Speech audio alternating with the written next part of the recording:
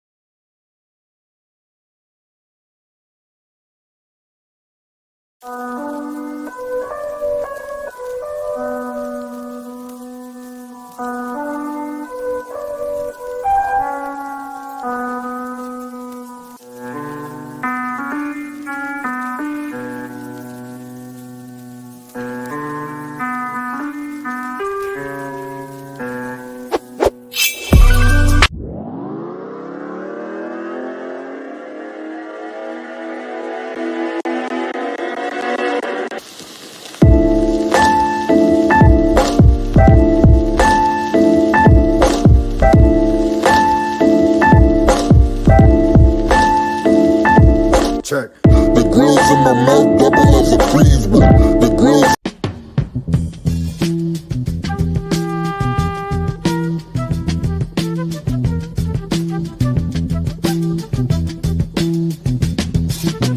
You will not be able to stay home, brother. You will not be able to plug in, turn on, and cop out. You will not be able to lose.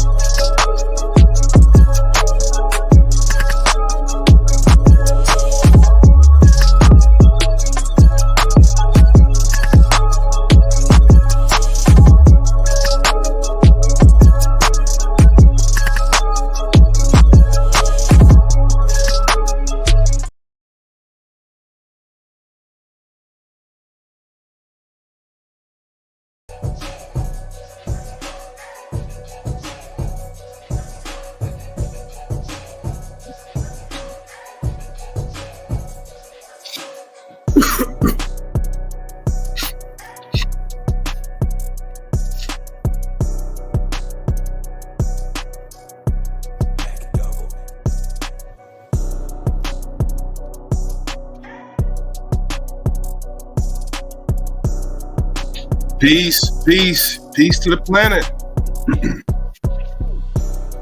Peace to the planet. Y'all ready? Are y'all ready? So listen, off the rip, if this is your first time on my platform, I have a protocol.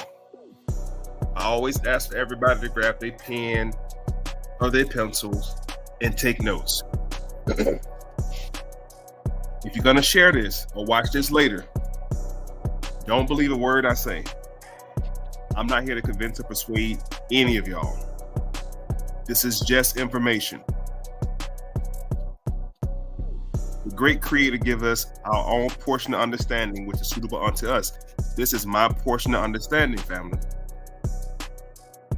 Take notes, do the research, your own research. Then this shit becomes something that you know, not something you heard. I'm not here to entertain nobody. This is not entertainment value. Go to those other YouTube channels and rock with the other people for all the entertaining shit. But I guarantee you, if you pay attention tonight and you take notes, it's going to change your whole form of thinking. And tonight we're dealing with Harriet Tubman. Tonight's episode is self-titled Railroaded by Tubman. In history class, we learn about like 3 or 4 different Negroes in history. Frederick Douglass, Harriet Tubman, Martin Luther King, Rosa Parks. That's the extent epitome of so-called African American history, classically misnomered as Black history. And what I found is, because of our plight in North America, the so-called Negroes have always searched for a messiah or a hero. Always. We always look for the hero. Whether it's Jesus, whether it's Muhammad, whether it's Noble Joe Ali, whether it's Elijah Muhammad, we always look for the hero. And these so-called Black heroes are without fault or without blemish at first glance, because it's a belief system. We believe these people to be who they are, or who we were taught they are. Superman, these heroes. Well, tonight, I guess I'm gonna be a goddamn villain. I need y'all to share this, man. I've been getting some pretty good traction, at least over 1,000 views on my YouTube page. And that's exciting for me because I don't have a huge viewing audience like other platforms. Y'all know I was a part of Chrome TV at one point, and we would get 400 or 500 people in the chat quick, right? Well, I come from humble beginnings. I come from an era when I was teaching with 3 people. So whether it's 25 people watching or 2,500 people watching, I'm gonna give the same energy and the same enthusiasm. And I need y'all to help me out by sharing this shit, tagging somebody. Hit that share button. You know what I'm saying?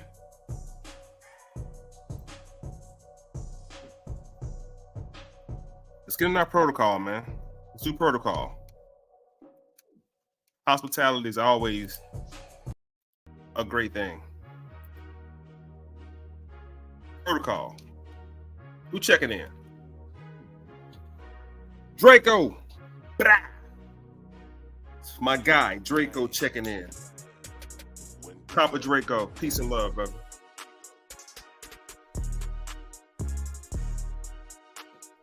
D Nice was in here early. I saw you, bro. Using here early, checking in. I appreciate you on that, bro. Nothing but love. Hey, Ron, what's up, bro? I see you in a minute, bro. What's good? Look, I said, look, I ain't even read your comment. I said the same shit. Like, it's been a minute, nigga. What's good? Dirty Jerry's in the building. Shouts out to Jersey. Rob, what's up, bro? What up, though, bro? How you feeling, man? All is well over here, bro. I'm ready, man. I've been prepping for this lesson all day. I got excited about this shit. Sam Brown, there you go. Pen and pad gang in the building. Watch out! My boy Bruce Lee in the building checking in. What's up, Bruce? True King.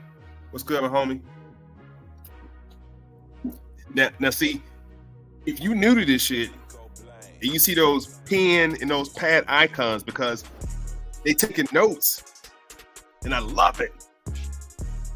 I love the fact you guys take notes, man. You guys are paying attention, and I'm just giving you the outline to do your own research. Speaking of outline, my word tonight. This is my word. My word is my bond. I'm emailing everybody tonight. It's gonna be maybe like 10, 11 o'clock, but I'm emailing everybody tonight. Y'all know I had the TV appearance yesterday, so I was busy with that shit. And if you tuned in, I was on Food Network yesterday, y'all, for the third time. Food Network. Supermarket Stakeout is the name of the show on Food Network. Deshaun, what's up, my guy? Peace and light.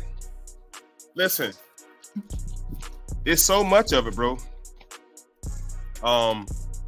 Like the fucking false narratives, man, is crazy. So I felt like I had to do my due diligence and just share with y'all. You know what I'm saying? Like again, this is my portion of understanding. You know, I'm not saying that. Well, fuck it. I am saying it. And I'll tell you why. Because I heard Dane Calloway talk about this a little while ago.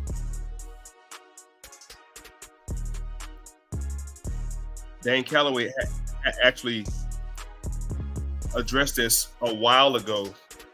And I think he addressed the Nat Turner situation too. So he talked about the Nat Turner and Harriet Tubman situation. So I'm gonna do my due diligence tonight and share my perspective. And if you want to check that episode out, please do. Shout out to Dan Calloway. I'm not gonna play the audio, but Dan Calloway did a excellent job, I think, on his demonstration by Harriet Tubman. Sam Terry, what's good? Peace and light, brother. Hey man, I'm trying, bro. I'm trying, my guy. The L's and the Bays in the building. Shareed L. Hey, listen. Shareed is my moderator. She's my bouncer in the comments. Share this shit, get it out there. D, what's good, bro? New face in the building. Take notes, D. Take notes, my guy. Facebook jumping too. Julius Davis, pen and pad ready. See, motherfuckers be knowing, man. Motherfuckers be knowing, bro. I appreciate that too. Waking soul, no sleep, honest, peace and love. Evo Horse, listen, please hit that like button. Appreciate you. Oh shit. The L's and the Bays and the wheels and the ways in the building. Shouts to all my L's and Bays in the building. Them Rolo for sure. Hit that like button, man. That like button. 255 pencil and pen is ready. All right. So we did protocol. at Due Protocol. And again, if you're new to my channel, I like to come in and just shout everybody out. It's love. Like, I don't do no top 3, top 5 shit. I shout everybody out. So if it takes 15 minutes to shout y'all out, I don't give a fuck. I'm gonna shout y'all out, man. Y'all taking time out to tap in with your boy and support. I appreciate y'all wholeheartedly. And like I mentioned, Dane did a joint on Harriet a little while ago. But if you've seen it, it's great material. I'm gonna go a little bit more in depth than Dane did about the situation. Again, brother did a beautiful job. Great demonstration. Check it out. You get a chance. It's on YouTube. I'm pretty sure you guys are well aware of who Dan Calloway is. I like what the brother doing, man. I love what he's doing. You know what I'm saying? I'm not on his dick or no shit like that. I just like what he's doing. I mean, I wish we had more authentic brothers and sisters put forth the effort to put scholarship together like Dane is doing. But you got a lot of clowns on live just putting out shit. You know what I'm saying? A lot of y'all be falling for that shit. Be clickbait. You know what I'm saying? You're not gonna catch me talking about fucking Diddy and Will Smith on my shit. I don't give a fuck about them niggas. I don't care about them. You know what I'm saying? I might mention some current topics, but this is history class. Y'all know how we do the shit. So get your pen and your pad, y'all. I do have a new set of notes, by the way, or outline. I'm going to share my outline with y'all straight from my phone. Where is it at? iCloud notes. You guys can see that or not, but these are my iCloud notes. And this is kind of tonight's outline. I got the hyperlinks in here. We're going to talk about the Fugitive Slave Act becoming law in 1850. John Tubman, the late husband of Harriet Tubman, supposedly. More hyperlinks. Portus Securum Ventrum, the word definition in the column over here to the right. Free people versus free people of color. Talk about mulattoes. And these are the notes. This is the outline we're going over tonight. So I know I owe a couple of y'all outlines already and some links. I got you on that. If you guys want this outline, somewhere in the middle of the show, I'll put put up my fucking Cash App joint. If you want this outline, let me know. I've already done the work for y'all. The hyperlinks are in here. So everything we talk about tonight, I just figured I'd get a little bit more smarter and tactful with the information and go ahead and put the hyperlinks in the notes for y'all. That way I don't have to search for the hyperlinks later. You know what I'm saying? So this is exactly what we're covering tonight right here. This is the outline. So just so y'all know where I'm coming from. This is the outline. I'm going to keep track of what we're talking about so I don't get off cue. But y'all know me. I get fucking hype. I'm going to take off on y'all ass. So, I don't know if y'all remember a couple of years ago, the brother Kanye West. Poor Kanye. Kanye West had made a statement about Harriet Tubman, and the black community ate his ass alive. Like, I think that the black community had damn near wrote Kanye off. They had revoked the brother's black card when Kanye made that statement about Harriet. And I remember when he said this shit, I remember posting somewhere on my social media, I think on my Instagram page, that he was telling the truth. Like, Kanye was actually telling the fucking truth. And I posted that, like, Kanye's telling the truth. And I caught flack for that shit. I don't give a fuck, because I knew the truth anyway. So anyway, I'm going to play that clip from Kanye West, and then we're going to talk about it. All right? Let's check it out. So that's a Stephen move. When Harriet Tubman, Harriet Tubman never actually freed the slaves. She just had the slaves go work for other white people. Y'all, we leaving right now. One more time. Cancel Court is an improv comedy show. Some opinions and statements are exaggerated for entertainment purposes. My bad. The views. We're going to run that shit back. Hold on. So that's a Stephen move. When Harriet Tubman, Harriet Tubman never actually freed the slaves. She just had the slaves go work for other white people. Y'all, we leaving. Kanye said Harriet Tubman never actually freed the slaves. She just had them go work for other white people. That was the. Did y'all remember that? Press 111 in the comments if y'all remember Kanye saying that. If it's your first time hearing Kanye saying it, you've been on the fucking rock. All right. Press 111 if y'all remember Kanye West making that comment about Harriet Tubman. Do y'all remember that shit?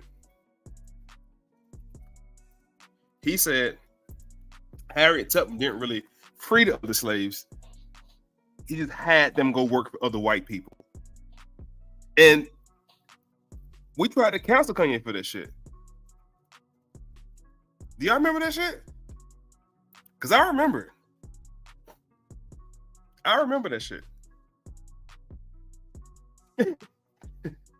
Press 111 if you remember Kanye saying that shit. Okay. All right. Watch this. Hold on. Watch this shit.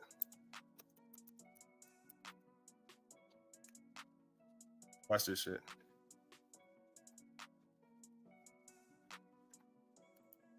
I had found the actual joint.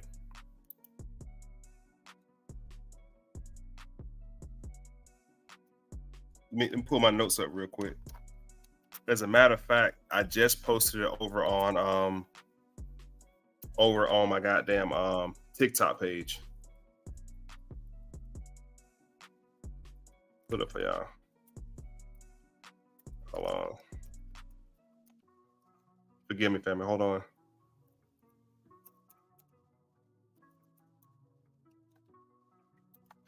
I literally just put it on my TikTok page. The whole joint. Who the fuck is that? Hold on. Let me flip the page. John Brown actually paid. We're gonna talk about who John Brown is too. I'm gonna prove my point on what Kanye was talking about real quick. And then we're gonna jump into the matter. Hold on. Tune in tonight. Where's my shit at? I got so many damn notes, man. Where is it at? Here we go. I don't know what my Google tripping. Hold on. What it says? Brown paid Harriet $25. God damn.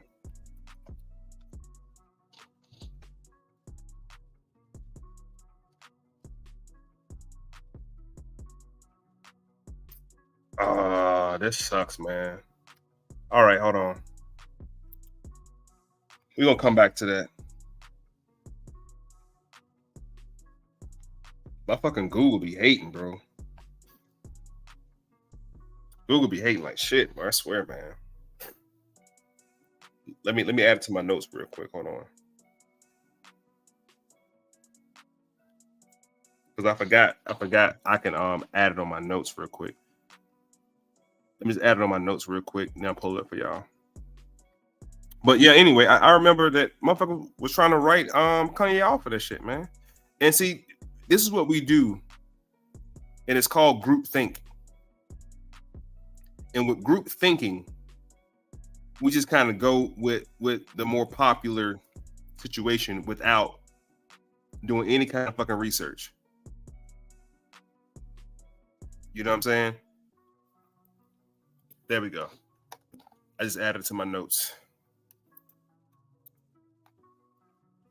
Add it to my notes. Where my notes at? And all this stuff is going to be on the notes, by the way, too. All this is on the notes. There we go. iCloud notes. All right, here we go. Hold on. I just added those pictures I was talking about to the notes real quick. We're going to talk about all that shit.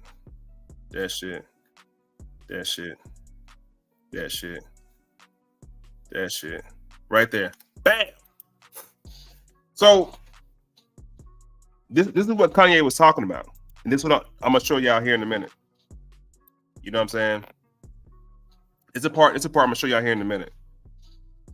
Okay? John Brown. If you're not familiar who the fuck John Brown is, right? John Brown is the individual who Harriet ends up hooking up with while she's supposedly freeing slaves. And we're gonna talk about how many motherfuckers she freed too, because she didn't free. Harriet Tubman never brought her ass down to like Georgia and Alabama. Okay. Let's be clear about that shit. Harriet Tubman never came down to nowhere in the South. Ever. And you can soundbite that shit, share it. I don't give a fuck. Harriet Tubman never came down south to free nobody. At all. Here you go right here. I'm gonna give y'all a picture of John Brown. Now, John Brown himself, he kind of favored Abraham Lincoln a little bit. So John Brown himself was a railroad conductor. John Brown himself, he was a railroad conductor, which is how Harriet Tubman ends up getting her mysterious title as the conductor of the Underground Railroad. Now, this guy you're looking at right here, his name is John Brown. Write his name down. We're going to talk more about Mr. Brown here in a second. But John Brown was a railroad conductor. And when he met Harriet, he ended up calling Harriet the conductor of the Underground Railroad. And the Underground Railroad wasn't a fucking real railroad. Okay? Wasn't a real railroad at all. The only real railroad that was happening in North America at that time, if I can find it, I think it was called the, let's find out. And as you can see, we're doing this together as a group, okay? So I want you guys to write. I'll tell you when to write it down. What railroad company was around in the 1850s? Because remember, 1845, in 1845, or 1849 rather, they just started heading out west. So right here, 1850. First note. First in your notes, write down the time frame 1850, please. Write down 1850. The first time on the channel, understand that I like to talk what's called time and space. We don't do barbershop talk over here. We talking time and space. I tell you when it happened. I'm gonna show you where it happened. So when you have conversations with people or try to debate with people, you sound more thorough. You sound more scholarly. Okay? You sound way more scholarly when you're able to cite dates and locations and people. Okay? 1850. That's the time frame we're talking about. 1850, New York Central Railroad Company was formed by the merging of dozen small railroads between the Hudson River and Buffalo. Single companies had begun to extend their railroad systems outside of local dominion. So there were actual railroad companies. The most famous railroad company in the 1800s, and the names are not important. I just want to kind of show you guys. Was John Brown a railroad conductor? According to Smithsonian Magazine, Brown, whose beliefs were rooted in strict Calvinism, was convinced that he had been predestined to bring an end to slavery, which he believed with burning certitude was a sin against God. In his youth, both he and his father, Owen Brown, had served as conductors on the Underground Railroad. So John Brown, who Harriet Tubman ends up connecting with, was already a conductor anyway. Just want to point that out. Okay. We good? Now, what we got to get into before we really dive into the story is understanding the plight of what was happening in the 1800s, because this story takes place in 1800s when new slave laws were getting passed. Okay, so write down this right here. Write down Fugitive Slave Act. The Fugitive Slave Act. The Fugitive Slave Act was 1850. It says, passed on September 18, 1850 by Congress, the Fugitive Slave Act of 1850 was a part of the Compromise of 1850. So write down two things for me. Write down Fugitive Slave Act of 1850 and write down the Great Compromise of 1850. Now, the Great Compromise is where we get the 3/5 person from, in case you didn't know that. The Compromise of 1850 was called the Missouri Compromise, all dealing with slavery. And we'll talk about the Missouri Compromise in a second. But right now, write down the Fugitive Slave Act of 1850 and write down the Missouri Compromise of 1850. Missouri Compromise 1850. It says the act required that slaves be returned to their owners if they were in a free state. The act also made the federal government responsible for finding, returning, and trying escaped slaves. So now in 1850, the federal government has to get involved because these supposed enslaved people are they're running away. They're running away. Now, there's a term for this need to run away from the plantation. I think it's called dreptomania, or some shit like that. Let's find out. What is dreptomania? That's not what I said. What is dreptomania? What is dreptomania? What is it called that slaves kept trying to run away?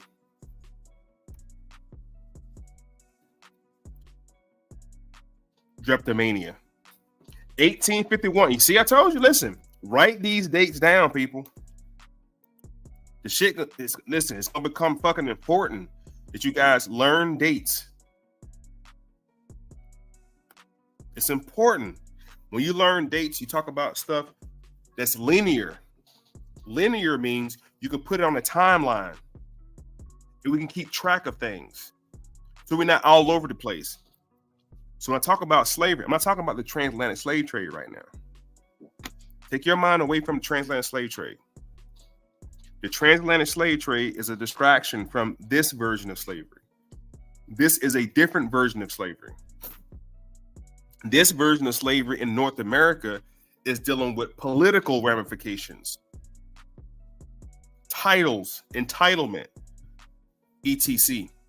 The Atlantic slave trade was based on mostly religion.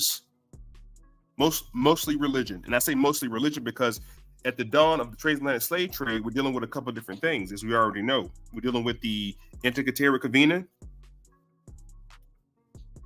We're dealing with Pope Innocent. We're dealing with a lot of religious factors. Queen Elizabeth signs off on the first contract with John Hawkins. You get people like Sir Francis Drake. It's a good name to know. Sir Francis Drake. We're dealing with Spain, Portugal slavery. The transatlantic slave trade was mostly dealing with Spain and Portuguese slavery. And that primarily had to do with Central and South America. What we're talking about right now is North America. And for those of you who seem to think that loads of African slaves were imported to North America, you're incorrect. The only really record they have of Africans coming into North America was 1619. It was about 30. I think like 12 or 15 survived the voyage. And they only came to the port in Virginia due to the fact that the ship that they were on was a Spanish ship. They came to Fort Comfort, Virginia, which is now called Hampton, Virginia. Okay? But I'm going to show you some charts and some numbers. It's going to fuck your mind up.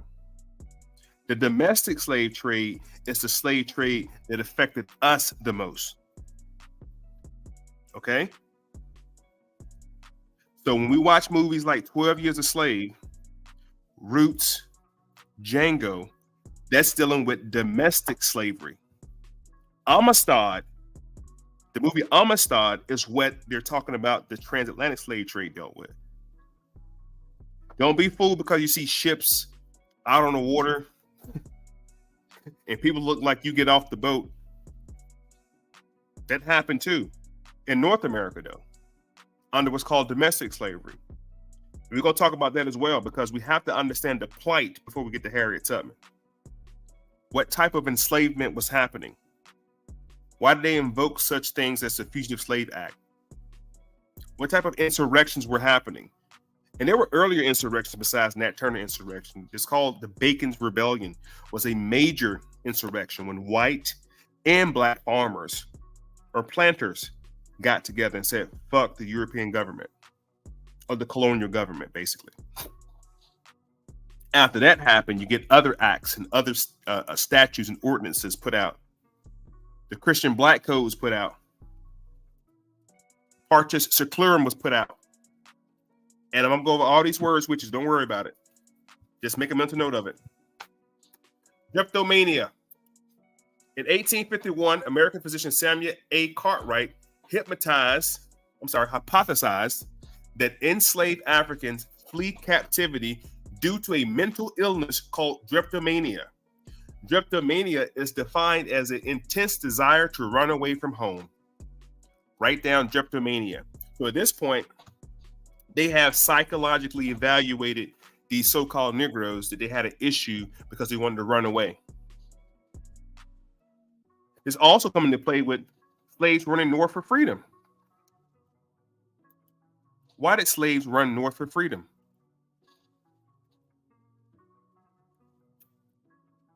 Many African Americans fled slavery in the South for freedom in the North because of the brutal condition they faced, including psychological abuse, physical punishment, and long hours and hard labor without compensation. The majority of flights for freedom came from the Upper South, where enslaved people were imprisoned within a reasonable distance of the North. Okay, let's read it again. The majority of flights for freedom came from the Upper South. Who can name me a state in the Upper South? I give you 20 seconds. In the comments right now, give me the states for the Upper South. We're going to discuss the Upper South and the Lower South. Come on, tap in with me real quick. Give me a state in the Upper South.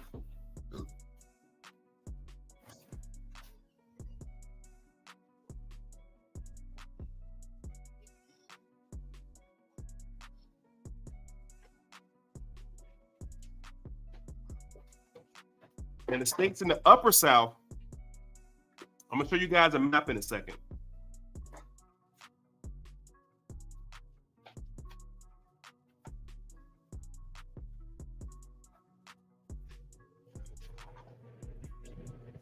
I had to turn my fucking fan on. It's hot.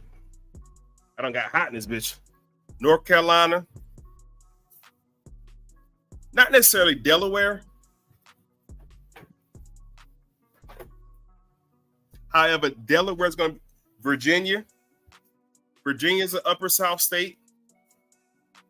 Delaware, not really. North Carolina, VA, Tennessee, Kentucky, South Carolina, North Carolina. Now, the Deep South is Georgia, Alabama, Mississippi, parts of Texas. That's the Deep South. So,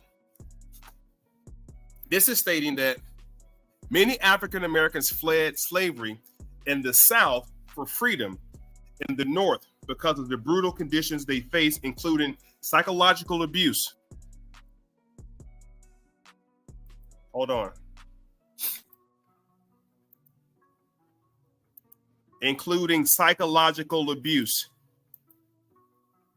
What type of psychological abuse do we think they suffer from? Many of them ran away because of psychological abuse.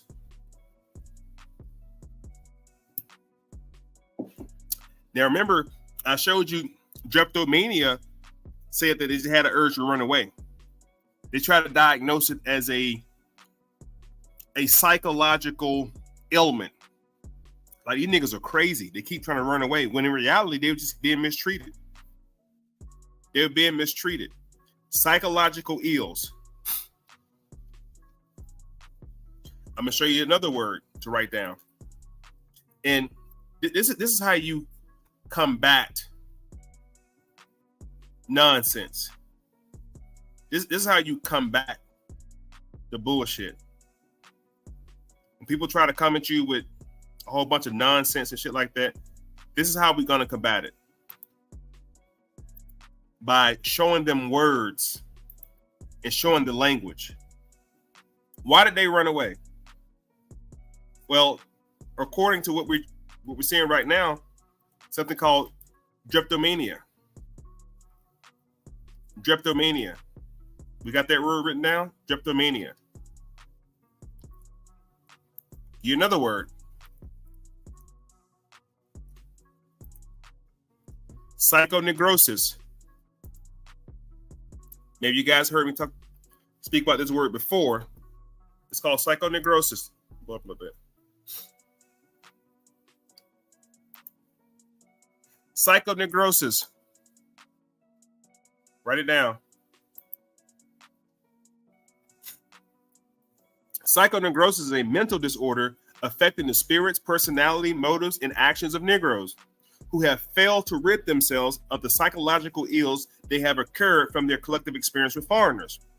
Marked by a distorted idea of self and others, psychoneurosis results in unnatural patterns of perception, logic, thought, speech, behavior, and emotional expression, and is accompanied by various other unnatural dispositive manifestations, such as, but not limited to, self-group depreciation, the champion of non-Black ideas,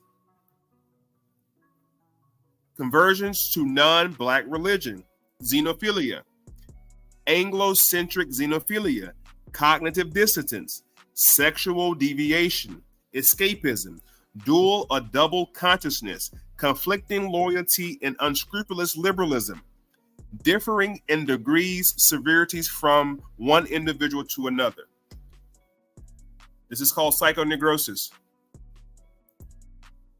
The main thrust of psychoneurosis caused by Black people to be unreasonably contradictory, and utterly dependent upon the culture, products, and charity, aid, sympathy, and the conscience of other people, especially of white people. Are you guys seeing this shit? This is called psychoneurosis. The term psychoneurosis was coined in 1960 by the late Robert H. Decoy in his groundbreaking book, The Negro Bible, copywritten in 1967, page 33 and 169. The actual term is coined in the mid-1960s by the late Robert Decoy.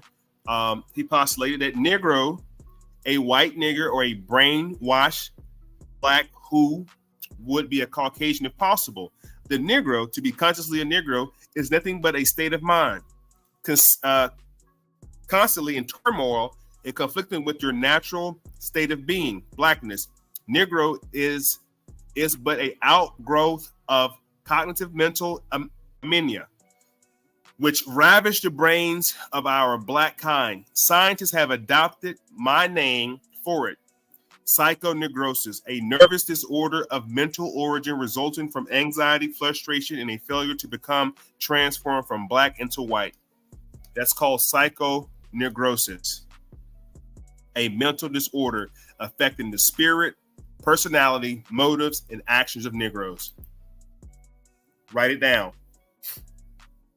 Write that word down. That word is going to become very vital to your operation later, people. I'm telling you. You're going to get in these conversations with these Negroes who suffer, and be able to diagnose it, be able to recognize it when you hear it, because it's going to be like tonight when I'm supposedly speaking against Harriet. I'm not speaking against Harriet Tubman. I'm giving you guys the fucking truth about Harriet Tubman.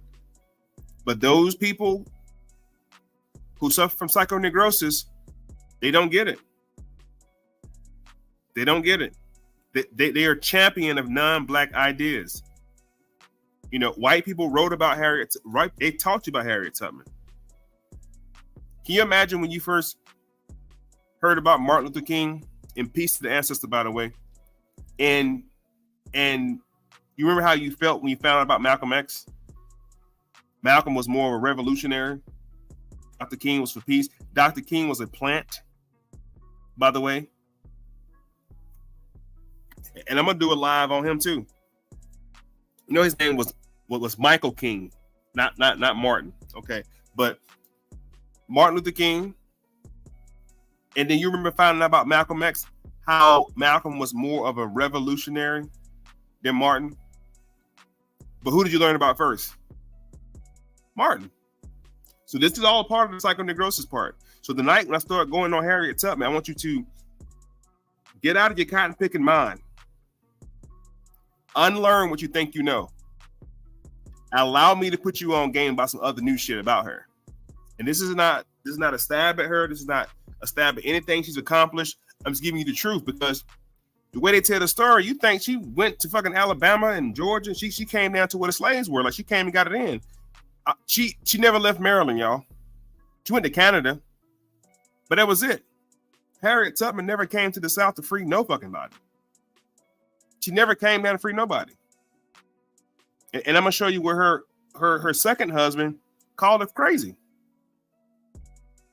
A second husband thought she was fucking crazy. Now, Harriet did suffer a traumatic brain injury. I think on one of her slave masters hit her in the head with like a weight, like a piece of iron or some shit, and it caused her to have seizures, blackouts, and forget shit mostly. So her second husband thought she was just fucking tripping, because she suffered from these conditions by being hit in the head. Okay, we'll get into all that in a second. Psychoneurosis. If I'm going too fast, let me know. We got a lot to cover, that's all. We got a lot to cover tonight. All right. So let's talk a little bit more about what slavery looked like back then.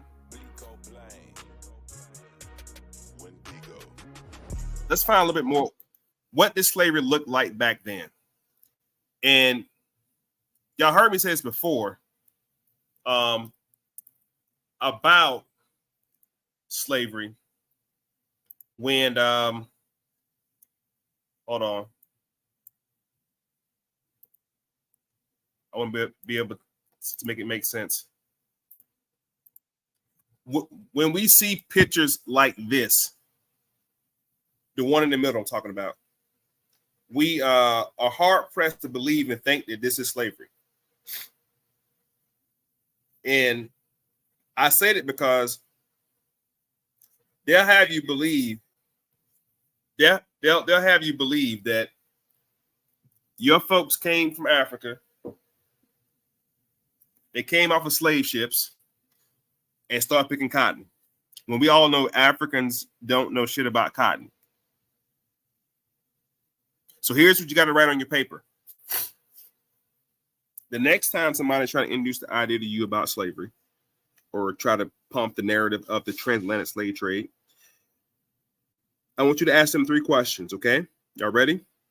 The next time a person talks to you about the transatlantic slave trade, and they try to tie it together as if your ancestors came from Africa and start picking cotton and all this other shit, you ask them when, W-H-E-N, when did they come from Africa to North America? Then you ask them where did they come to in North America? And then you ask them who as in who brought them here? What was the name of the ship? Who was the captain? What did the manifesto look like? Ask those tough questions. We don't ask enough fucking questions. We just take it on face value that it's real. Ask those questions, okay? If they try to give you a time frame of 1619, you ask them, what were the Africans doing when they got here to North America? This is what they say, 1619. Now, that 1619 narrative is going to unravel a lot of bullshit, okay?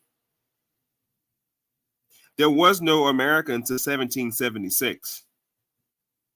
Way after 1619. In fact, they only had pretty much started to settle places like Virginia and Pennsylvania. There was no agriculture for Europeans at that time. There was no agriculture. They were still setting up trade routes and treaties with the Native Americans at the time. So even if there were 50 million fucking Africans coming over here to North America, there was nothing for them to do. There was no workload yet. Not yet. There was no workload yet. How many colonies were established in 1619? About one or two. Okay. The House of Burgess still ran shit. Okay.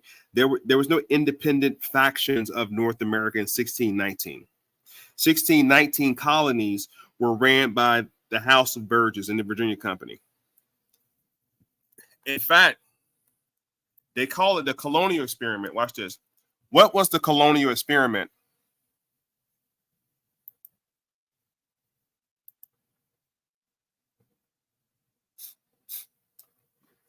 Told you, Pennsylvania. William Penn's holy experiment was an attempt to create a Quaker colony in Pennsylvania that would be a haven for people of all religions and background. The colony would be testing the grounds of religious tolerance. This is called the Colonial Project. After Columbus' voyage in 1492, Portugal and Spain sent thousands of adventurers and settlers to the New World, following soon after by colonists from France, Holland, and England. All encountered unnecessarily uncertainty and danger, and the experiment of the colonizing of the New World was never certain. It was a fucking experiment. Experiment. Watch this. How many Africans came to North America in 1619? According to Hampton.gov, in late August 1619, 20 to 30 enslaved Africans landed at Point Comfort, today's Fort Monroe in Hampton, Virginia, aboard the English privateer ship White Lion. In Virginia, these Africans were traded in exchange for supplies. That's it. Not no 20 million, not no 10 fucking million, not no 5 million, not no 16, not them outlandish ass, retarded ass numbers they be giving y'all. 20. And then I ain't sure how many came over here. About 20, 30 of them came over here in 1619. Are you paying attention? See? Who? Look at the questions. Who?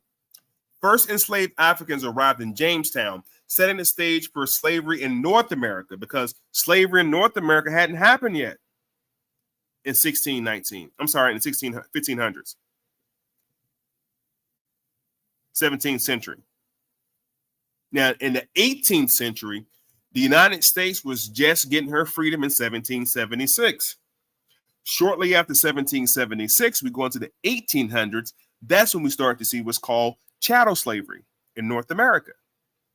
And I'm going to walk you through history on how it happened. Who brought slaves to America in 1619? First enslaved Africans arrived in Jamestown, Southern States, North America. On August 20th, 1619, write that shit down. So the next time a person of color is in the barbershop or in your chat or on Facebook or on TikTok talking about all these Africans brought to America, call bullshit. Now don't get it twisted. We're talking about North America. There are three Americas, family: North, Central, and South. We're only talking about North America for the record. Were thousands of Africans brought to Central America? Of course. Were thousands of Africans brought to South America? Of course. Why were thousands of Africans brought out of Africa to Central and South America? Because they were settled. Those areas were settled and conquered by Spain. Spain had first dibs. How did Spain get first dibs on bringing Africans from Africa to the Americas? Let me show you how. Queen Elizabeth sets a contract with John Hawkins.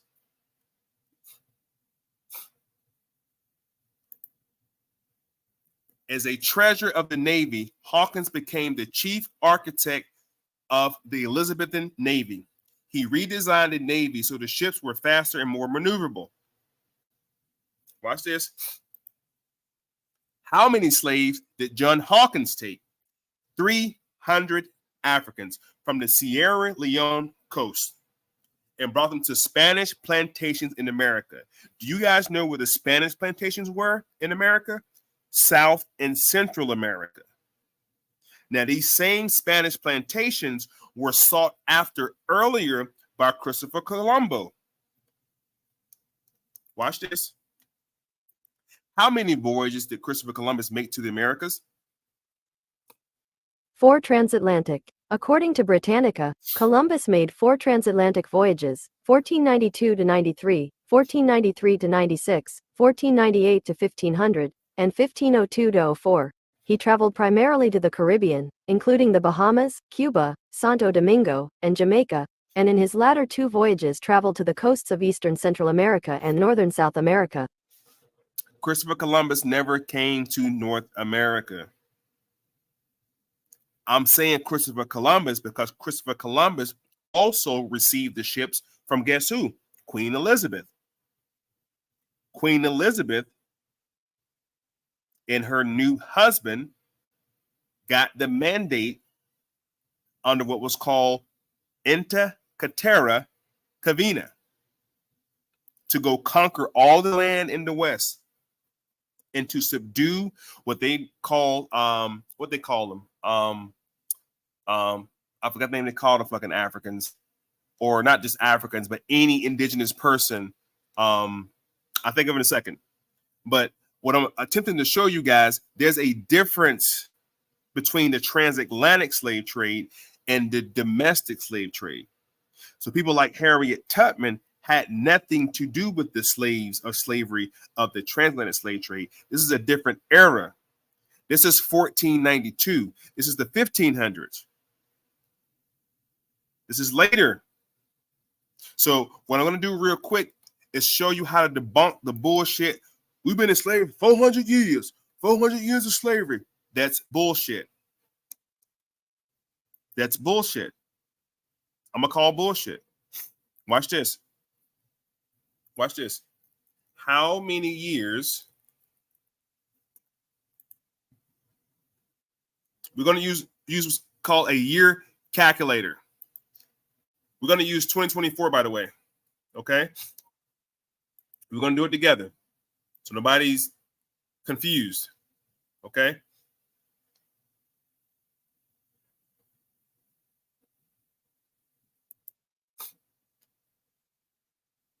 So from 1776, and I'm using 1776 because that's when the fucking country was founded.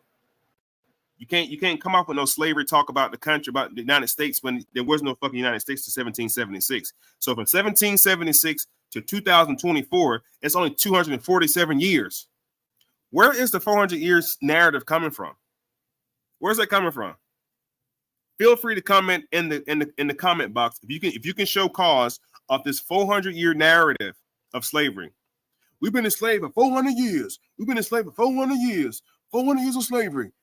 They lying. They're lying. There was no North America 400 years ago. Well, no United States as we know it. The country's only 247 years old, y'all. Lie number one. There is no 400 years of slavery. Now, there is a narrative of a 400-year story of slavery, but it's not over here. How long were the Hebrews enslaved in Egypt? Now, that story is 400 years old. That's the 400-year slavery narrative with the Hebrews. That's the biblical slavery of 400 years. Not the North American narrative of 400 years. The country ain't but 246 years old. How y'all getting 400 years? I have no fucking clue right now. Enlighten me. Somebody please put me on game on where this 400-year narrative come from. Anybody, please, in the comments. Hook me up. Y'all know that I'm a master student. Somebody teach me this 400-year narrative. Where did it come from in North America? Come on, put it in the comments. Light it up. I'm going to yield the floor. The 400-year narrative of slavery comes out of Egypt. It's a biblical story. It's a big biblical narrative. None of your ancestors was in slavery for 400 goddamn years in North America. North America. There were no thousands of slaves coming to North America out of Africa. Only about 20 to 30. They're not even sure how many it was. Not even 100 Africans came over here. However, I just showed you John Hawkins brought about 300 to the Spanish plantations in America, which was Central and South America, not North America. It says he violently captured 300 Africans from the Sierra Leone coast and transported them to Spanish plantations in the Americas. Which America? Okay. The next time somebody talk about slavery in America, ask them, which America are you talking about? That becomes important, family. You have to ask them the question, which America? They brought the transatlantic slave trade. You trying to say the transatlantic slave trade didn't happen? This is the argument they give you. And you say, I'm not saying it didn't happen. I'm asking you, where did those Africans come to? They came to America. And you ask them, which America? And watch how they face drop. Like, what you mean, which America? Nigga, did they come to North or Central South America? Why does it matter? It mattered because I need to know who brought them over here. If you're talking about Central and South America, we can go right to John Hawkins.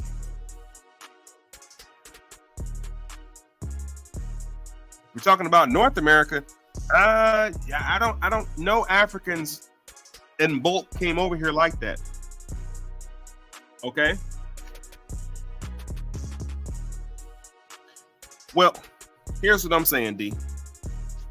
I'm saying people like the Honorable Elijah Muhammad, Malcolm X, and Farrakhan, and not just them, because they were told this shit too, that we've been enslaved for 400 years. Nobody stopped to ask the question, are we talking about the Egyptian story, or are we talking about North American story? Now, we can also make the argument that North America is Egypt, okay? Not that version of Egypt. But the Hebrew story deals with Africa. And those Hebrews are Hyksos or Haperus. And that's another time of the day. We'll deal with that later. But I have to set up the narrative to understand this before we're talking about Harriet Tubman freeing all these goddamn slaves. And I'm going to give you the numbers to how many she freed too. She didn't free that many. But again, black people need a superhero. We have to have a superhero. We have to have somebody that's a savior. Whether it's Jesus, whether it's Harriet Tubman, whether it's Superman, whether it's Honorable Elijah Muhammad, whether it's Noble Jew Ali, we have to have a fucking savior. That's part of the psychoneurosis. We are champions of other people's ideologies. We don't take the time to do our own research. So let's move on. Write down John Hawkins. He was the first person contracted with Queen Elizabeth. He was called a privateer. Sir John Hawkins. Let's deal with it. Sir John Hawkins, 1532 to 1595, was one of the most notable sailors and naval commanders of the 16th century. It's 1500s. He is known for his pivotal role in the maritime history of England and the rise of global slave trade. He is the key person you have to talk about when you talk about the transatlantic slave trade. If they don't mention John Hawkins, walk away from conversations. Or you mention John Hawkins and they don't know who it is. Walk away from the conversation because you're about to get duped. You're about to get fucking duped, okay? In 15th century, there was a thin line between piracy and privateering. One day we'll talk about buccaneers and pirates one day. So you guys can understand the difference between a buccaneer and a pirate, okay? A privateer was an individual's license to attack and raid shipping and belonging to enemy governments, usually during war. The private contractor, when they pay a cut of their bounty back to the government. So John Hawkins was a private contractor. In this case, Sir John Hawkins, Sir Francis Drake, Sir Martin Firstbarn, or Frobisher, and Sir Walter Raleigh. Yes, of Raleigh, North Carolina. That's why Charlotte, North Carolina is Queen City, Queen Charlotte from Europe.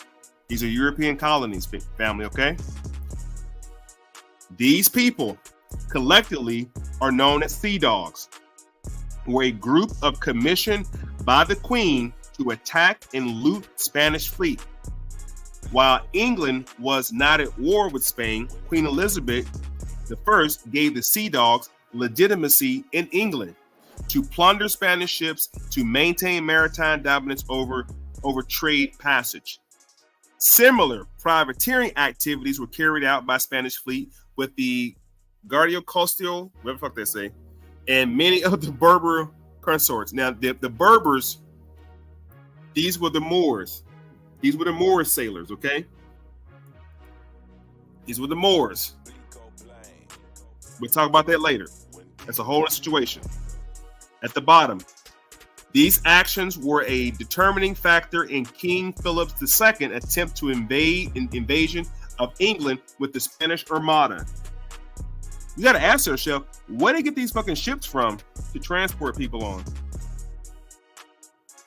Queen Elizabeth and her husband Fernando, they acquired the entire naval fleet of Spain once they conquered the Moors. Everything that belonged to the Moors now belonged to them. That's how they got so many ships. That's why you'll find people like Christopher Columbus. Watch this. Who gave Christopher Columbus the ships? According to Book Unit's teacher, Queen Isabella refused Columbus at first. Later, King Ferdinand and Queen Isabella gave Columbus 3 ships, a crew of about 90 men, and some money. The 3 ships were the Nina, Pinta, and Santa Maria. On August 2, 1492, the voyage began. And I'm giving y'all this information so we have a clear understanding of the difference between the transatlantic slave trade and the domestic slave trade. This is the transatlantic slave trade, Spain and Portugal. We get to the domestic slave trade. It's going to be about the settlers of the colonizers in North America. This has nothing to do with North America. This is all Central and South America, thus Spain and Portugal. Okay, we're clear on that? All right, let's move on. Spend enough time on that.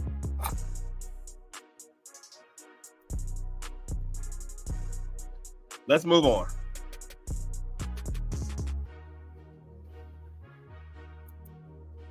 So what the tip? No. They actually gave Harriet Tubman the nickname Moses due to the fact of what Moses had did in Egypt. Moses led the Hebrews out of Egypt. So because Moses did that, they then called her the Black Moses due to the fact of what he did. They also called Marcus Garvey Moses as well. Okay. All right. Let's move on. Let's do this. I want to stay on track. I'll play something else for y'all real quick.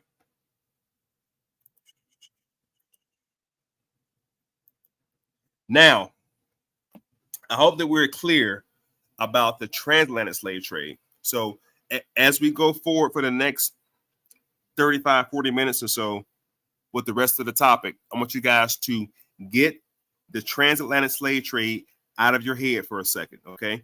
Once we're done with the live, you can pick it back up. I'm not telling you to forget about it. It was horrific what happened, what the Spaniards did and what the Portuguese did and what the Dutch did to our ancestors out of Africa was horrible. So I'm not downplaying it. What I'm attempting to do is to divide your mind to understanding history and timeline. Now, I showed you people like Sir Francis Drake, Christopher Columbus, Queen Isabella, so on and so forth. That was the 1400s, 1500s, 1600s. I just showed you in 1619, only 30 Africans came to North America under the auspice of slavery, okay? That's it. Just 30. Now, by 1619, thousands of Africans were brought out of Africa to Central and South America. Thousands upon thousands. By 1619, Central and South America was producing gold, sugarcane, rum, mahogany wood, and other things like that. She went back to England, sugar, so on and so forth. There was no gross national product in 1619 coming out of North America yet. So there was nothing for slaves to do yet in North America, but it's coming. 1619, there were no fucking colonies set up yet. So what we're going to do is we're going to fast forward to about 1776 to about 1865, okay? Write that date down for me, family. 1776 to 1865. Put it in the comments for you. To 1865. There we go. 1776 to 1865. Noble Jew Ali is quoted saying, "You are not black Negroes. You are not black. You're not Negroes. You're not colored folks. Those were all titles given to you by slave holders in 1776, and it lasted to about 1865.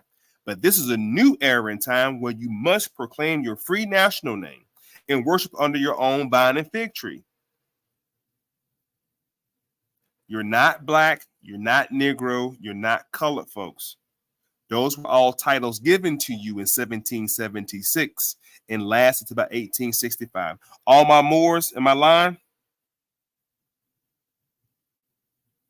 Now I'm gonna back up some shit. Why the prophet said that? Why did he give those time periods?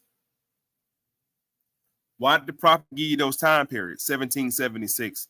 Because that's when slavery started in North America, as we know it. Now, slavery was rampant in South and Central America, but I'm not talking about that. I'm not from Central America. I'm not from South America. I'm not from Africa. I'm only concerned about North American history. And that's all we're going to talk about right now. Now, this is a joint by Kanye West. Okay. And they thought Kanye was crazy again. I just I'm going to show you more information on how Harriet Tubman was actually working with Mr. John Brown, and John Brown was giving her money to bring bodies over. Okay. Let's check out Kanye West real quick on this passage. Andrew, this whole thing came up in the middle of Kanye West's interview with the TMZ show yesterday. He started talking about free thought. He talked about his politics, and then he made these very controversial comments about slavery. Want to get right to the video to show you? Have a look. When you hear about slavery for 400 years, for 400 years, that sounds like a choice. Like, you was there for 400 years and it's all of y'all? You know, like, it's like we're mentally in prison. I like the word prison because slavery goes too direct to the idea of blacks. It's like slavery, Holocaust Jews, slavery is blacks. Now, the backlash to that started immediately when TMZ staffer and podcaster Van Lathan stood up and confronted Kanye West. Have a look at that. The rest of us in society have to deal with these threats to our lives. We have to deal with the marginalization that has come from the 400 years of slavery that you said for our people was a choice. Frankly, I'm disappointed, I'm appalled, and brother, I am unbelievably hurt by the fact that you have morphed into something, to me, that's not real. Now,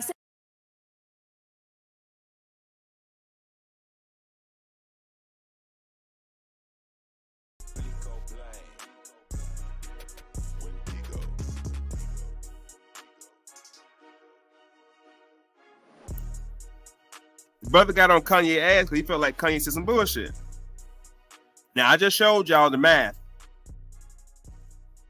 I could have said 1776 to 1865, you would have got 100-something years.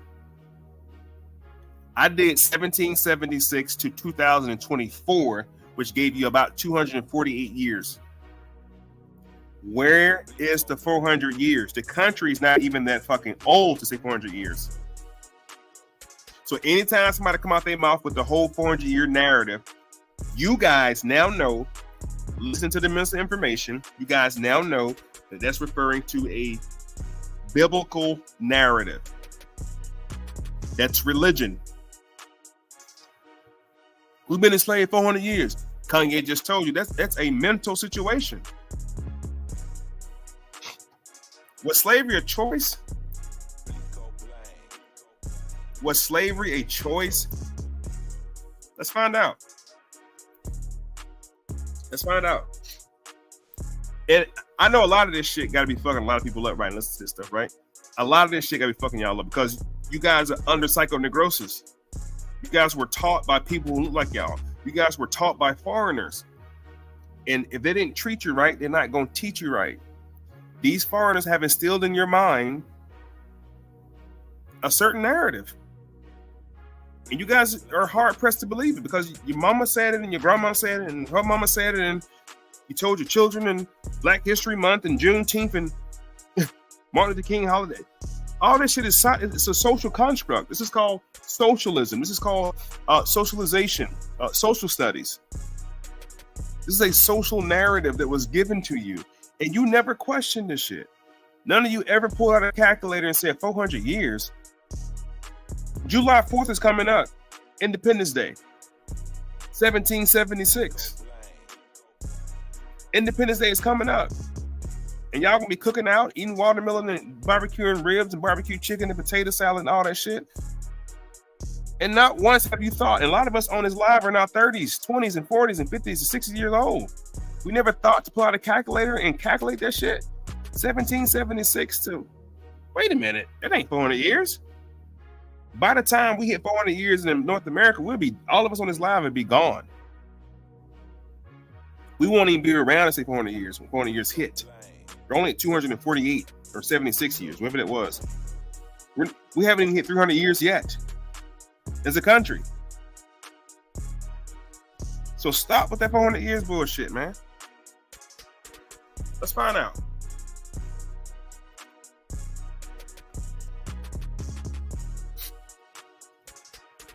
Now, during this time of supposed chattel slavery, there were two types of slavery, or two forms. What do you say? After a few days, people said, well, damn, you're right. Right, because he's fucking right. It is a choice. I'm going to show you how it's a choice, bro. Right? Now, there are two forms, not farms, forms, F-O-R-M, forms. Write this down. Write down tenant farming. Tenant farming is an agricultural production system in which landowners contribute their land and often a measure of operating capital and management, while tenant farmers contribute their labor along with, at times, varying amounts of capital and management. That's called tenant farming. That's called tenant farming. Let's scroll to the right of the picture and see what tenant farmers look like. Watch this. See? You see that? These are tenant farmers. I've been telling y'all for the whole goddamn time, when they show you these black and white pictures of Negroes out in the cotton field, they're just at work. They're just working. These are not slaves. They were under a system of enslavement. That's a system. That's a social construct. That's political. And we can go all day about politics, because after 1865, Negroes ran politics in Mississippi. And I think I've already showed you people like Hiram Rebels, people like Mr. What's his name? Isaiah Montgomery, the founder of Mound Bayou in Mississippi in the 1860s. We was running shit. They don't told y'all this shit in reverse. And Dan Calloway told y'all that. Like they don't told this shit in reverse. They told it to you in reverse. We were the agriculturalists. We were the USDA. We was the Department of Agriculture.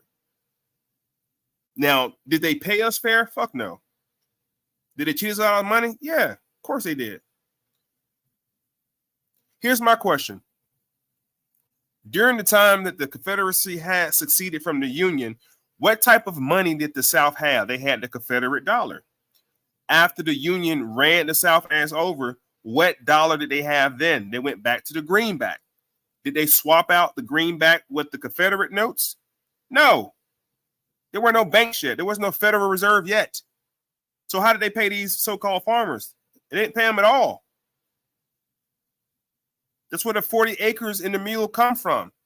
It was compensation for not paying them. The only people that got compensated was slaveholders in the North. Lincoln gave them money under the Compensation Act. These folks out in the field working right here were not compensated fully. That's what makes it look like slavery. How many times have you been asked to do a task for somebody and they don't want to pay you? I ain't no damn slave. That's the first thing to fly out your mouth. I'm not no slave. Why would you say that? Because you ain't paying me. That's the only thing, family. The beating and the lynching came after slavery. I'm sorry, just the lynching. The lynching came after slavery as a means of controlling Negroes and the political arena. It was a scare tactic. That was the reason they formulated the Ku Klux Klan in the first place, under the political ramifications. The literacy test at the polls to keep them from voting. Because Negroes had legislation power. We had voting power. We still do have voting power. We just mismanage it. We have the real power. Every electoral season, these white folks come around trying to get the black votes. Hell, Biden said it straight up. If you don't vote for me, you ain't black. These were the powerhouses. The people you see out working in the fields right here, these are called tenant farmers, not slaves. Let's continue. Now, that's called tenant farming. What is sharecropping? Here's the definition of sharecrop: of a tenant farmer, cultivate, farmland, giving a part of each crop as rent. Now, sharecropping is a system where the landlord, planter, the landlord / planter was called massa. He was the plantation owner of the plant, the manufacturer, the company. Our mind is so fucking warped, family. We see those big white plantation houses as houses. No, that was the corporate office. Those white plantation houses was the corporate office for the company. The massa, he was called a planter. He was a planter or a plantation owner. Sharecropping is a system where the landlord / planter allows a tenant. That's the Negroes out in the field. That's why you see those slave houses, those slave shacks. Those slave houses were occupied by tenants. The planters allow a tenant to use the land in exchange for a share of the crop, because the planter was show shit not getting out there picking nothing and planting nothing. This encouraged tenants to work to produce the biggest harvest of cotton, of collard greens, of sweet potatoes, of tobacco, of rice. This encouraged the tenants to work to produce the biggest harvest that they could and ensured they would remain tied to the land and unlikely to leave for other opportunities. This is slavery.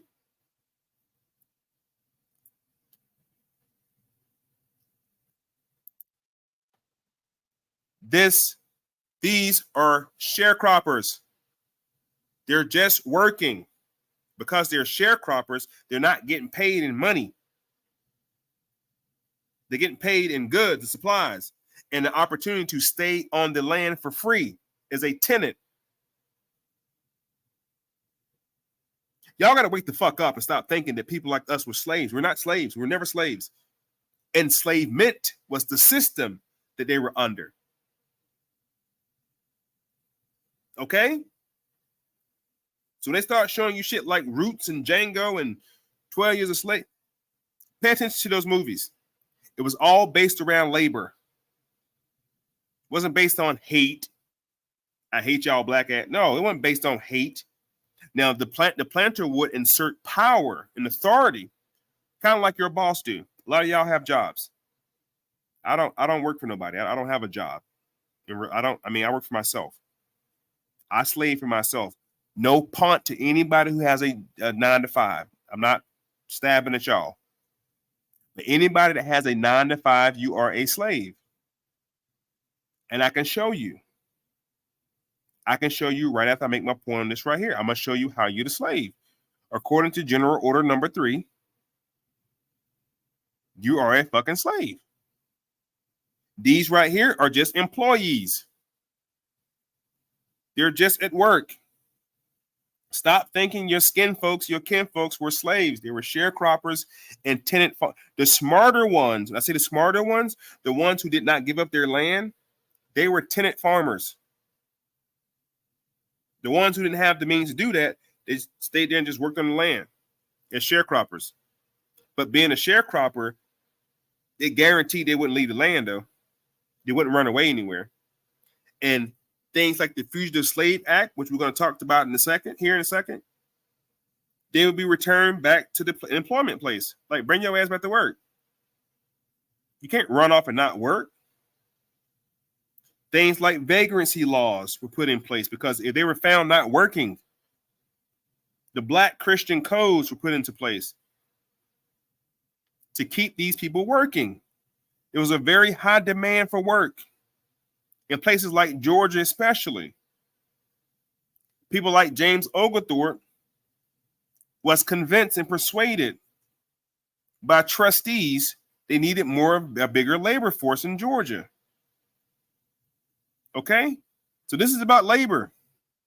And hopefully one day y'all will understand this has nothing to do with the way they taught y'all about slavery. The shit was told in reverse. These are not goddamn slaves. Excuse my language. These are not slaves. These are working people. These are your great-great-granddaddy, them working. They're just at work. They're working. They're getting how they live. Y'all think it was a Bank of America and ATM on the corner back then? No. Y'all think it was goddamn Cash App back then? Venmo back then? Tap Pay back then? No. There wasn't no money in circulation like we have. Man, come on, bro. This shit giving me a fucking headache. If I can just get y'all to think, what form of payment were they going to get, y'all? Tell me. Put it in the comments. What form of payment were they getting back then? There were no Federal Reserves yet to pass out money like that. There were no Federal Reserves. So money supply was very limited. This is 1850. They haven't even settled the West yet. There were no 48 states yet. There are about 25, 26, maybe 30 states in play, getting charters. Missouri just had happened in 51 under the Missouri Compromise. Missouri just got settled.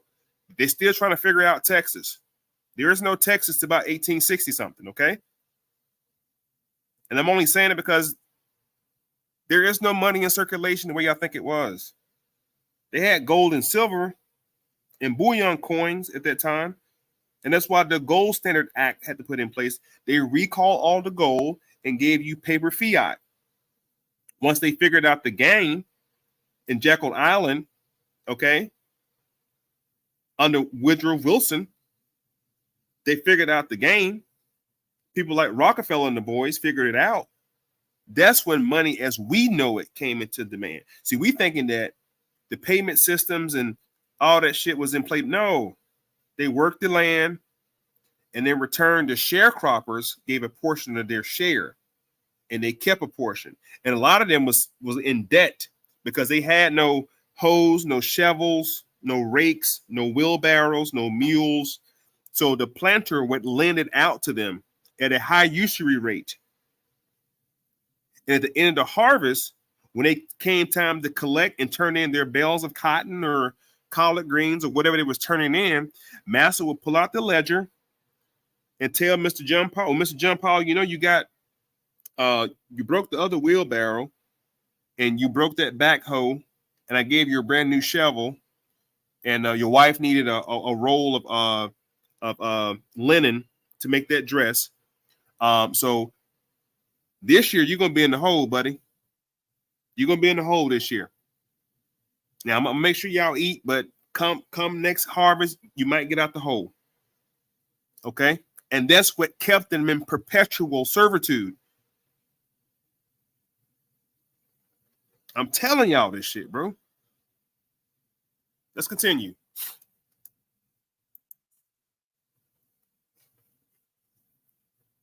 Now, I'm only going this hard because by the time we get to Harriet Tubman, the idea of slavery gonna be so far removed from your fucking mind, you're gonna realize that the Harriet Tubman shit is irrelevant at this point. Once I start showing you what she really did and who she really freed, like, man, what the fuck? Okay. Let's move on. I apologize. I be getting hyped. I be getting hyped. So let's deal with it. This is called the domestic slave trade. The domestic slave trade. Write this down. Domestic slave trade, 1820 to 1829. Now, we just talked about the transatlantic slave trade. We talked about Sir Francis Drake, John Hawkins, Queen Elizabeth, the Spaniards, and the Portuguese, so on and so forth. Well, the shit that they was doing was outlawed in 1808. There was no international slave trade no more, not allowed. And did they do it? I'm pretty sure they still snuck and did shit. But hey, if you was caught by the powers to be, you were held in contempt and high treason for going against international law. It's called international maritime law. Can't bring no more Negroes out of Africa after 1808. That time done passed. In fact, by the time they ended in 1808, the Portuguese and the Spaniards had brought thousands, if not millions, of Africans out of Africa into places like Brazil. Let me show you something. Hold on. You think I'm lying? Let me show you something. Watch this.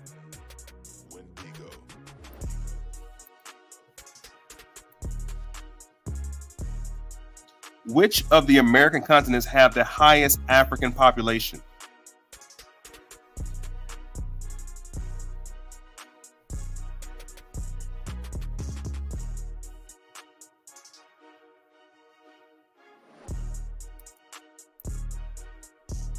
Now you tell me in the comments, make it make sense, okay? Afro-Latin Americans. They're an estimate of 100 million of African descent living in Latin America, including 67 million in South America, making up 28% of Brazil's population, if including multi-race mulatto Pardo Brazilians. Not North America. Not North America. Not North America. Not North America. Not North America, but South America has the highest population of Africans. How is that possible? Because that's where they brought them to. South America got your goddamn transatlantic slave trade, not North America, family. So really and truly, outside of African being the motherland, and we understand to be our ancestors in some sort, the transatlantic slave trade ain't got nothing to do with your North American, Chicago, New York, Atlanta, California, Jersey, South Carolina asses. Nothing. Nothing to do with y'all. Nothing to do with y'all. It's a great story. It's awesome to know it. I appreciate the history behind the transatlantic slave trade. But I'm gonna show you about another slave trade. This has everything to do with you. All the movies they're showing you, Django and Twit, those movies are talking about our slave trade in North America in 1820, not 1619. Okay? Write this shit down. 100 million. Now, the way they told the Atlantic slave trade, there should be 100 million Africans in North America too. But it's not. It's not. Again, remember I took write down when, where, and who, how, where, who, where they go, where they at now. Okay.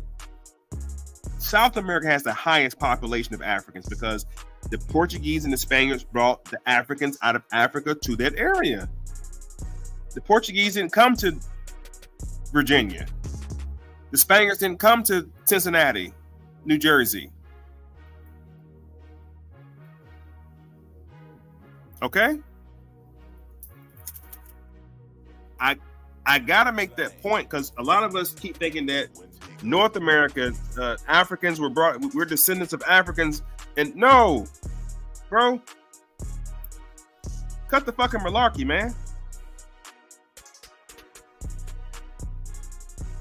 Cut the malarkey. Especially if you're on my goddamn channel. You gotta realize with your real eyes, the real lies. And everybody on my channel, we're here to learn, man. So if you ain't here to learn, you can click off.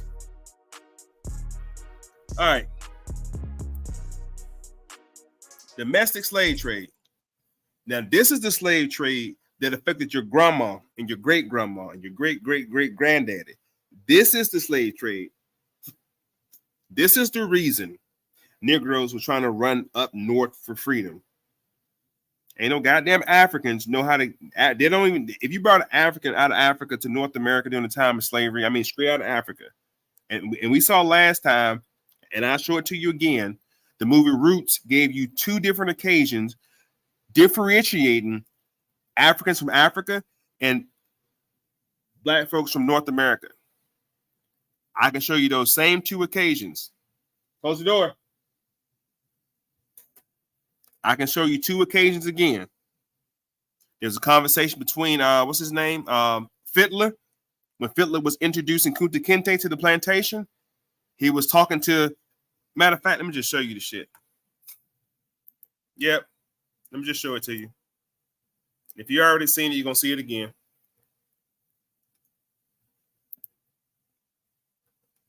I'm gonna scroll and find it, but we're gonna keep talking about this in a second. All right. So what we're dealing with is a whole nother slave trade, a whole nother situation. This is known as the domestic slave trade. And a lot of y'all have heard me talk about this before. But I have to continue to pound it in y'all head because when somebody say slave trade or slavery, our mind automatically goes to Africa. And what happened with the Africans? I just showed you where the Africans went to. They went to South America, not North America. And we'll spend we'll spend some time next time talking about the transatlantic slave trade. But those photographs of our people being on auction blocks and being auctioned off and put into chains and shackles and so on and so forth, that was called the domestic slave trade. It's also known as the second Atlantic slave trade. You don't hear about the second Atlantic slave trade. Nobody teaches all about the second Atlantic slave trade. That will confuse you guys. But tonight, I'm putting light on it. I'm showing you guys there was a whole nother slave trade that a lot of our people don't know about. So the next time you in the barbershop or in a space with anybody talking about slavery and slave trade, you show them. Okay? As a matter of fact, let me go ahead and pull up my shit now. Hold on. We're going to come right back to that, I promise you. We're going to return right back to that. And we got time, too. I love it. I'm going to show y'all something sacred. I'm going to show you something sacred. It should be kept a secret. Because we're talking about a time of supposed slavery, right? Rebels. And I'm going to show you how rebels look like, too. I Googled it. If you try to Google it now, they don't fucking switch it up. I don't know what happened. Algorithm, but I didn't make this shit up. I Googled it, I screenshot it, and I saved it. And I'm going to show you who Hiram Rebels is. I put in rebels, as in Hiram Rebels, completed unfinished term. Let's read it together. The first black senator in the United States, he was a clergyman, but then became the senator in 1870. Rebels completed the unfinished term of the former president of the Confederacy, Jefferson Davis. Okay, I figured y'all fucking mind would be blown on knowing that a brother finished out the presidency of another president. Right?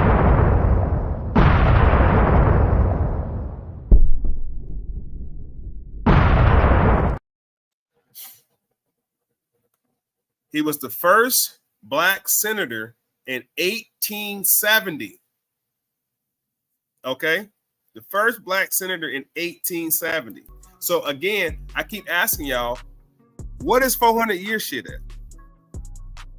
Show me this 400 year slavery narrative on the books. Show me. Hiram Rebels completed the term of Now, what happened to Jefferson Davis? Jefferson Davis served 1 year as president. He was captured and put into Fort Sumter, South Carolina. So when he was captured as the president of the Confederacy, who ran the fucking Confederacy? Hiram Rebels completed the term of Jefferson Davis.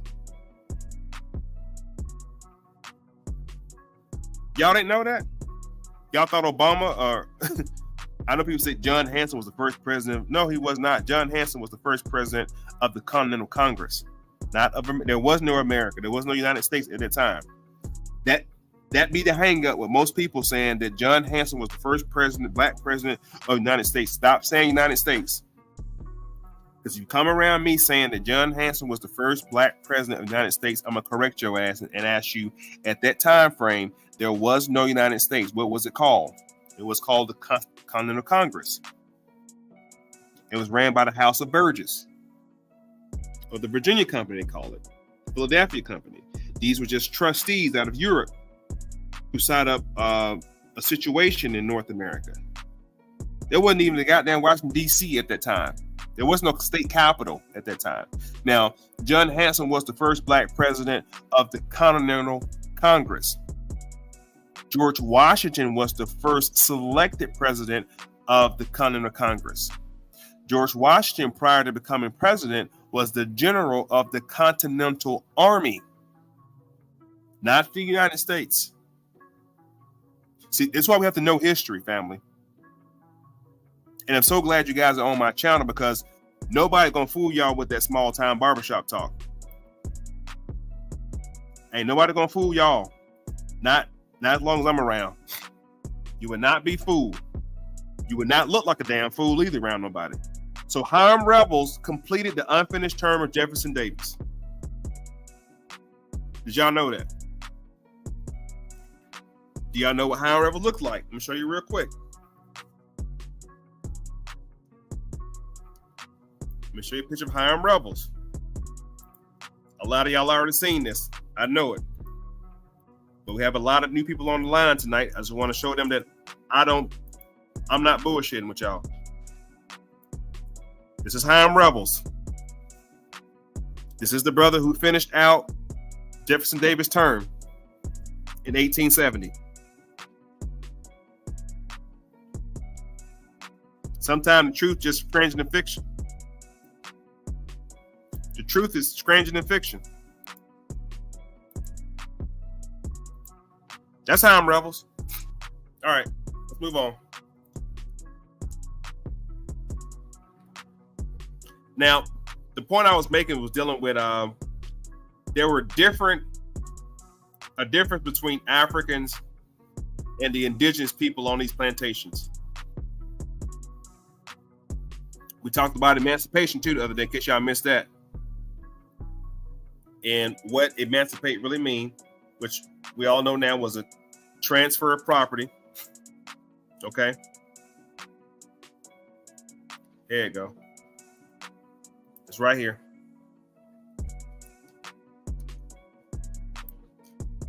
Pause the music for a second.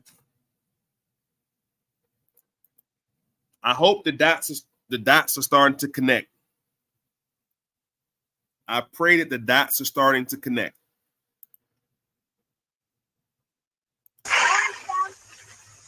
This here is a Guinea man, an African. They catch him running through the woods in Guinea. Master Reynolds bought him right off the ship. You keep away from him now because he's a wild African. He said Master Reynolds brought him right off the ship. The black folks he's talking to out there in the plantation are not off a ship. They're from America. Fiddler is explaining to these other people who look like this man. And by the way, this is Toby. You guys never seen the movie Roots? This is Kunta Kinte with the chain around his neck. And they only had people in chains and shackles because they kept trying to run away. That's the only reason. Remember earlier, the word drapetomania? They had to put them in chains and shackles to keep them from running away. All right. Now, Fiddler is explaining to the other people what an African is. Meanwhile, y'all think y'all are from Africa. These folks that Fiddler is talking to know they're not from Africa. They know they're not African. Oh, yeah, he a bobcat for sure. Now, some of you ain't never seen no African niggas before. Some of y'all ain't never seen no African niggas before. Some of y'all ain't never seen no African niggas before, is what he just said. This is the movie Root. I told y'all there's 3 movies you got to go rewatch. You got to go rewatch 12 Years a Slave because that shows you 12 Years a Slave shows you about the freedman and the supposed enslaved people. Django also showed you about the freedman. Okay. And by the way, in case you didn't know, in the movie Django, Candyland didn't belong to Leonardo DiCaprio. Leonardo DiCaprio didn't own Candyland. Candyland belonged to Samuel L. Jackson.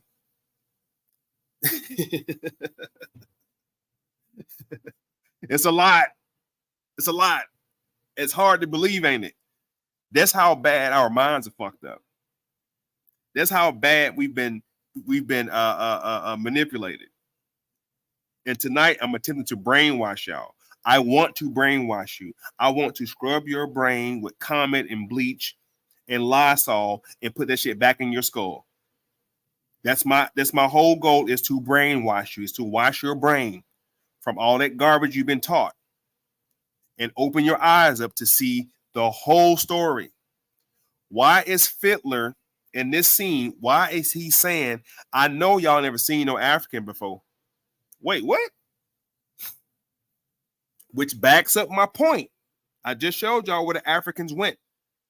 They didn't come to North America. They went to South America. That's why he has to explain to them what an African looks like. And these people are black. Like, what the fuck? So you just listen to old fidgets now.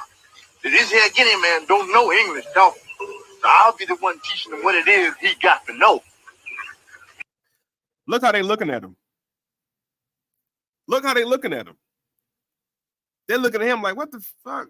What's wrong with him? The same way we look at Africans now. Anybody from New York in the chat? Any New Yorkers in here? Anybody from New York in the chat? Y'all know firsthand how many Africans are in New York. They don't fuck with y'all.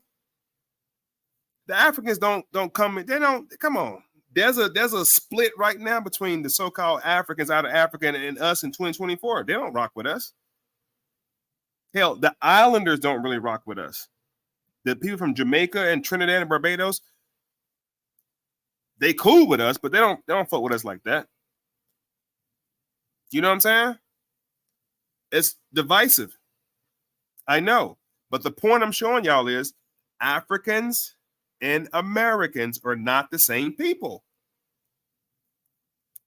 Which this further explains things like the one drop law by Albert Plecker. He said if you got one drop of African blood in you, African. How can y'all tell the difference between what he looked like and what he looked like? There's no difference. Phenotypically, there is no difference. So when we talk about the Atlantic slave trade, you don't see a difference. You don't see a difference. You think you're the same people. That's psychonegrosis. I'm going to show you one more. We're going to move on.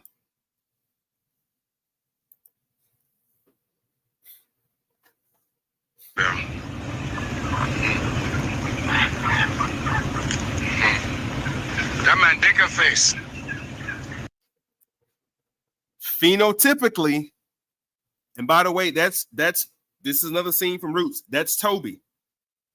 That's Kunta Kinte when he got older, played by my man out of the TV show, not the Jeffersons, Good Times.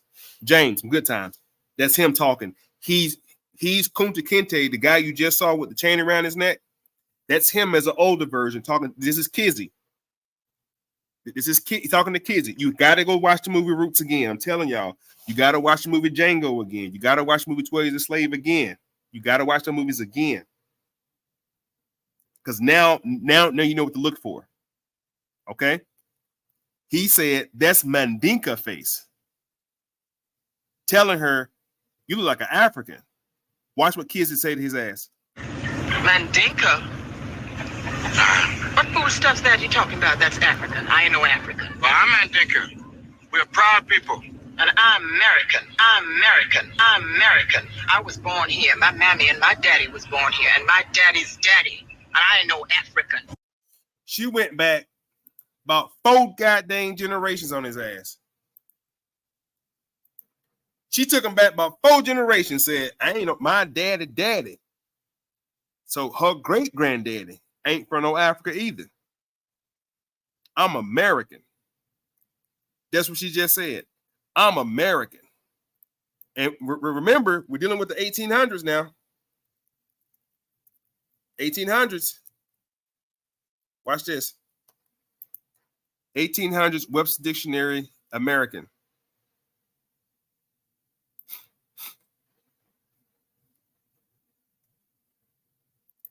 This is what she just told him.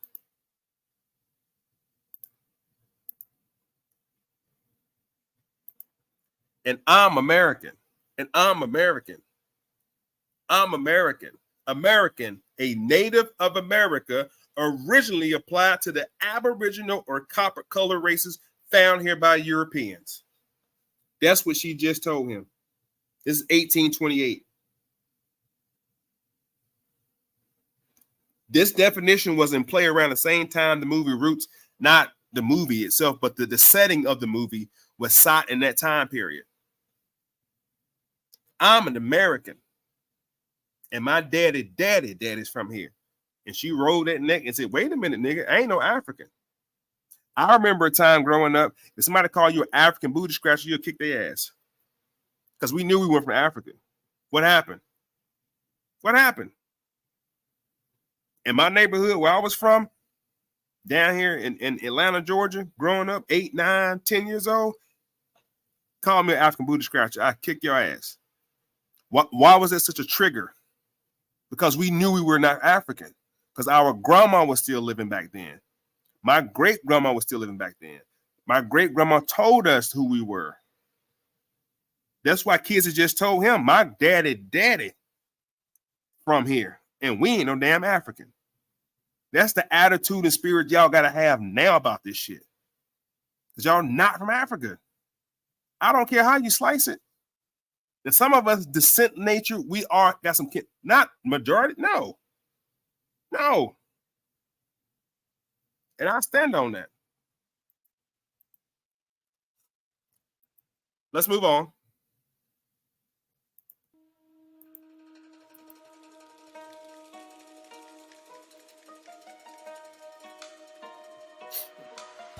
Domestic slave trade, 1820 to 1829.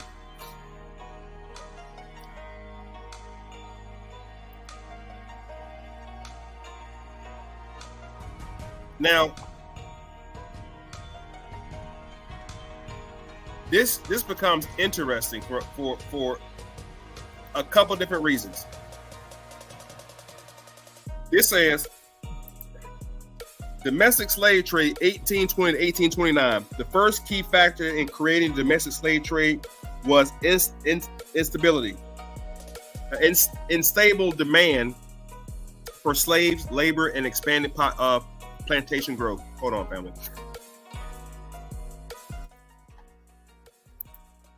The first key factor in creating the domestic slave trade was an unstable demand for slave labor from expanding plantation regions in the South. The second essential factor was availability of ready supply of slaves. This supply arose because the North American slave, unlike those in the rest of the Americas, experienced natural increase. That is to say, the number of births exceeded the number of deaths from Tubman speculators and slaves. Now over here, this chart, you guys can see this.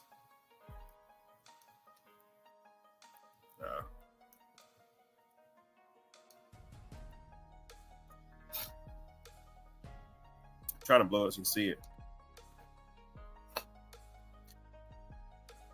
This chart says 1790 to 1798.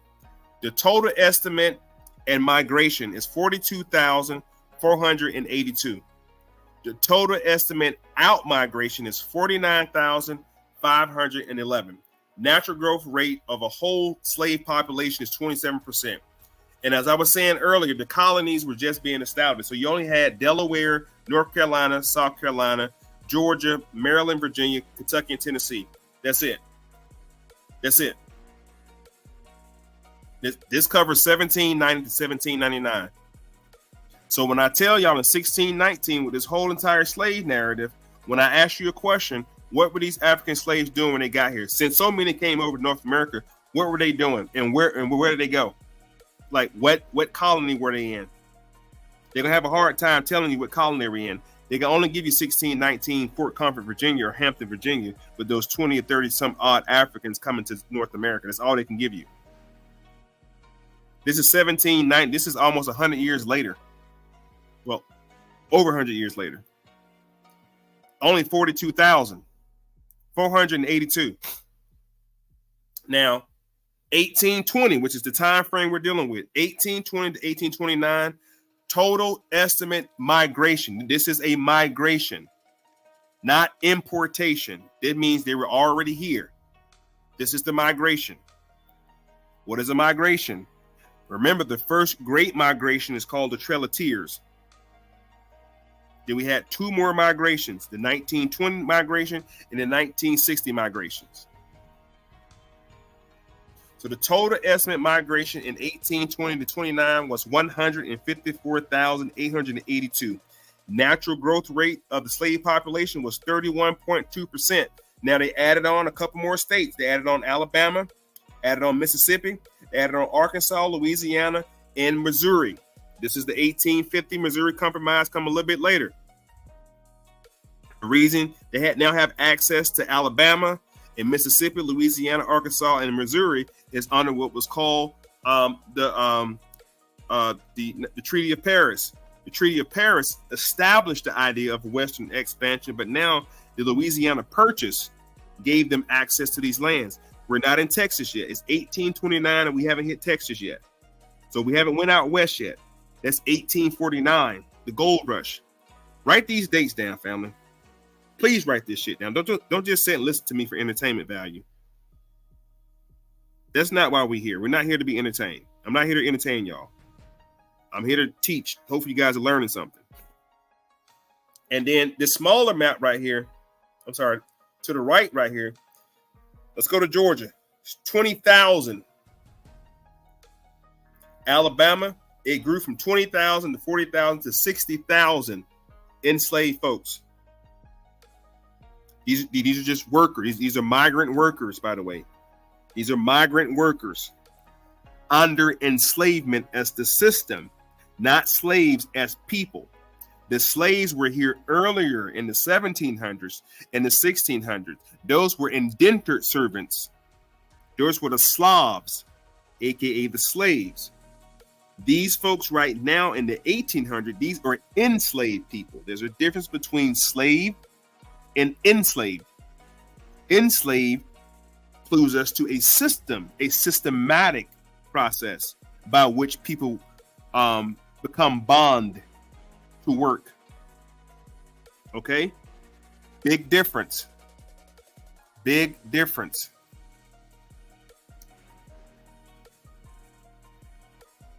Big difference. Again, this information is going to be in that outline I showed you guys a little bit earlier. Okay.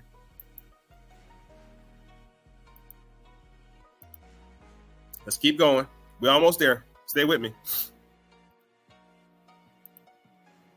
Again, we're talking about domestic slave trade. The domestic slave trade was a system that facilitated the transfer of enslaved people. Told you, enslaved, not slaves, enslaved people. There's a difference between enslavement and slaves. Big difference. Enslaved people between slave holders or shareholders. Those slave holders, remember I told you earlier what Noble Jew Ali had said? You're not black, you're not Negro, you're not colored. Those were all titles given to you by slave holders. You're not black, you're not Negro, you're not colored. Those were all titles given to you by slaveholders in 1776. And those titles lasted to about 1865. But now this is a new era in time. For enslaved people, their lives were uprooted the instant their enslaver decided it was time to make a change. This traumatic process broke up enslaved families and created enduring harm. This system is the system that caused your great-great-great-grandmothers. This is our slave story, not the Atlantic slave trade out of Africa. This is the one that happened to North American people. Africa got her own slave story. That's Amistad. The movie Amistad best reflects that. Give us free. That's that story. But your story here in North America, the reason your kinfolk was trying to run north for freedom, quote unquote, they were just running back to New York, running back to New Jersey, going back to Boston, going back to Maryland. They were trying to go back home. They wasn't running north for freedom. Had those been Africans trying to run, they wouldn't have ran north. They would have ran to the nearest fucking shore and got on the boat and went back home to Africa. What they trying to run to Maryland for? Ain't shit in Maryland for them. They're going to be just as lost in Maryland too. So don't get the narrative in your head that Africans tried to leave the South to run north. No, people who were already from here were trying to go back home. That's the movie 12 Years a Slave, family. He was trying to get his ass back to New York. Remember when the movie came on? He's from New York. In the beginning of the movie, he was trying to go back to New York. He got tricked to leave New York, went down to D.C. Remember, he played the violin. Those two white slavers got him drunk and threw his ass in the hole, and then put his ass on the ship. It ended up in New Orleans off that ship. That's about as far as those ships went, and those were not slave ships. It's called a schooner. Frigates, schooners, and frigates. A schooner, they can put about 4 or 5 people down in the bottom, right beside the tobacco and the rice and the cotton. And they needed more laborers in Alabama and Mississippi and Georgia. Harriet Tubman didn't take her ass nowhere down there.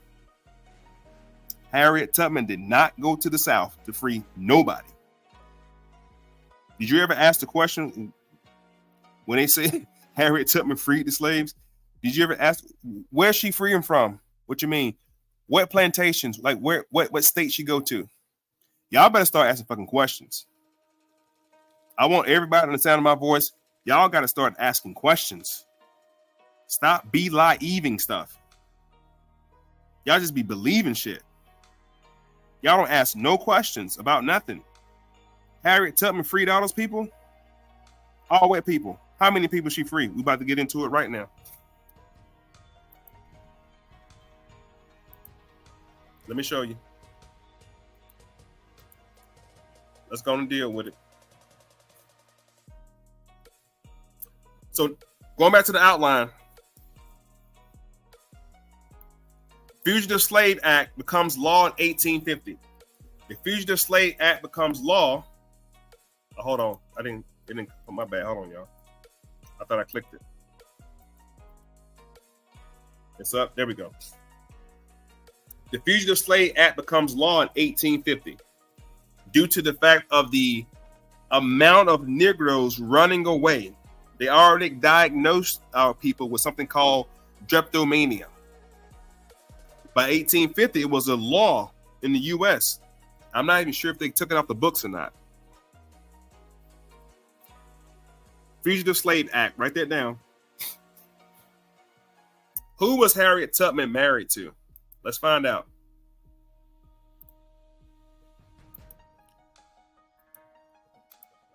I mean, I waited all this time to find out about Harriet Tubman.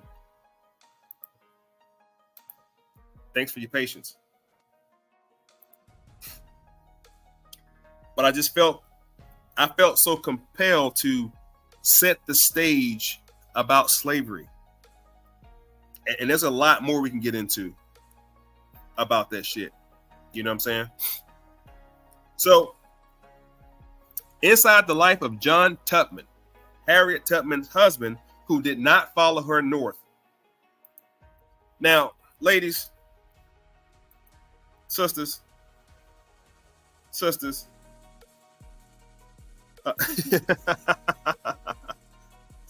hey, listen, Nicole, listen.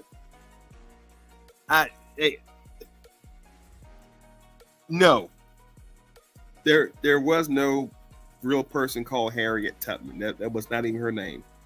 Okay, but we're gonna get to her name in a second. That was just her. I told you, man. It was like black people need a hero. I need a hero. You know how Superman throw on his cape? He's Superman, and when he just at work at the press, he's Clark Kent. This is all this is. Harriet Tubman was a superhero name. Okay, but let's get into it. Hold on, I got a question in the comment. Absolutely, you can reclaim your nationality. Just claim it. There was no process to get it. There's no process. I mean, there was no process for you to get it. You just claim it. Now, when you reclaim your nationality, you have to live the life accordingly. You have to come out of the European social construct. Okay? You can't be walking around with European clothes on no more. Can't be eating European food no more. You got to have your own cultural ways. You got to dress like your nation. That's how you proclaim your nationality. Now, legitimacy paperwork, you can file paperwork for the record, on the record, to say who you are. You got to file this paperwork with 3 entities.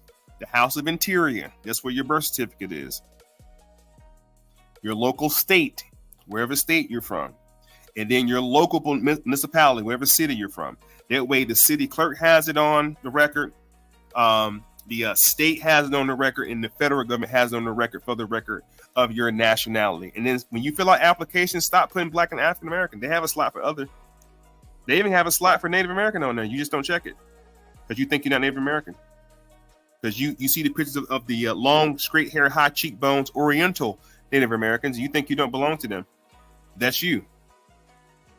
We're going to talk about, I'm going to do a lecture on called Identity Crisis. On those applications, when it says race, first of all, we're not talking about race, talking about ethnicity. Start checking Native American on there. Or if they got an other block, put other. Nigga, put what you are. You don't have to fill it out. That's voluntary information, you know. You voluntarily put that shit on there. You can leave it blank if you want to. You don't have to identify none of that shit. You don't have to. But because we're under what's called psychoneurosis, which is a mental condition that has affected the minds, the spirits of so-called Negroes, from their encounter with foreigners, we think like them, we act like them, we don't know what to do with ourselves. We got this savior complex. Who's gonna save us? Anyway, let's learn about John Tubman. It says, inside the life of John Tubman, Harriet Tubman's husband, who did not follow her north. Ladies, listen. For all the ladies who do have a man or boyfriend or husband, whatever the case is, if you decide to go out the door right now, you done convince your husband, baby, listen, we got to move. We got to get out of here. Massa coming. We got to go. Pack the kids up. Let's ride. You don't hop in the car and you ready to roll. And your husband don't come out the door. He said, I'm about to watch this goddamn game. I ain't going nowhere. Harriet Tubman could not even convince her husband to run away. How is that possible? She couldn't even convince her husband to run away. Oh, we about to go the fuck in. She couldn't convince her husband to run away? But she's supposed to free all these slaves? I'm going to show you some other shit where her brother them said, bitch, you about to go back home. Because see, what I'm going to show in a second, Harriet was taking these people off the plantation, taking them north, and turning them over to Mr. John Brown to work. Harriet was the first Department of Labor. She would go recruit these niggas off the plantation, get them all riled up. Where she was going to take them to, they had no idea, to freedom, quote unquote. And this freedom was supposedly going to work with Mr. John Brown. And John Brown was trying to assemble his own little militia to overthrow the government because he was in love with a little piece of black tail himself. Okay? Let's continue. Harriet Tubman had been married to John Tubman for 5 years when she escaped slavery in 1849. She came back for him, but he had already found another partner. God damn. God damn. This nigga done moved on. Bro done moved on. Bro said, fuck her. Hey, listen. That bitch done left. I'm about to find somebody else. She done came back for bro. Bro said, bitch, I done got somebody else. I thought you hadn't lost your mind. You gone. Okay. John Tubman, a little bit. John Tubman was a free black man who became Harriet's first husband. Their separation brought on by Harriet's will to gain her own freedom in the North represents the divide between her old life as a slave and the strength of the will to possess in order to be free. Now, again, Harriet is on. It's going to show you in a second. Harriet was not trying to go north. When it says north, she's trying to go to Canada. Harriet was not in Alabama. She was not in Mississippi. She was not in Georgia. She was not in South Carolina. She was not in Tennessee. She was in goddamn Maryland.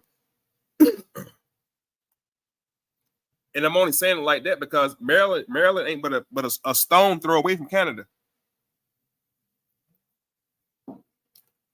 Maryland is closer than Canada than Alabama is. That's all I'm saying. John Tubman meets Harriet. Harriet Tubman first met John Tubman in the early 1840s on a plantation in Doster County, Maryland, back when she was still went by the name of Harriet Mitty Ross. That's her name. Sister, what sister go right here? Nicole. That's her name right here. Harriet Mitty Ross. That's who Harriet Tubman is. Harriet Tubman was just her superhero name. There is no Harriet Tubman. That's her real name right here. Okay? For the record, on the record, for the record, there it is. That's it. That's it. So now we know. Well, I'm gonna give y'all a second to write that shit down. Matter of fact, let me highlight it, see if I can copy it for you guys. And I'm gonna throw it in the chat real quick. What her real name is. Right here. Boop, there you go. I just put her real name in the chat. All right.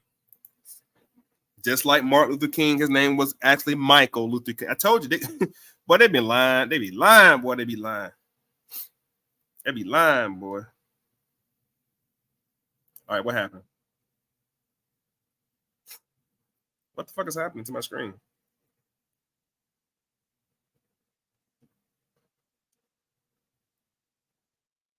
My computer acting crazy. Hold on.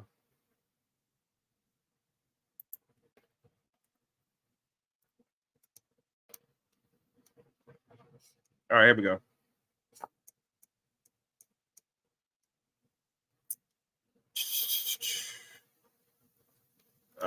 Where we at? Okay, here we go.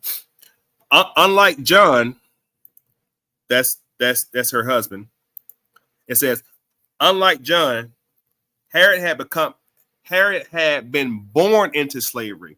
Marriages between free and enslaved blacks were not uncommon back then. By 1860, 49% of Maryland's black population was free. Okay. So over half of Maryland's population was already free. So who the fuck was Harriet about to free? The other 50%? Half of them's already free. If there's 100 black people in one area, and 50 of them are already free. So that leaves 50 more to be free, right? Let's keep it with the math. We doing math tonight. I just showed y'all the 400-year slavery shit is a myth, right? Now, it says 49% of Maryland's black population was free. I told y'all she was in Maryland, not Alabama, not Georgia, not Kentucky. She was in Maryland. Unlike John, Harriet had been born into slavery. Now, how can a person be born into slavery? Let me show y'all this right here. Get ready for your next word. Get your pen out. Let's write this down.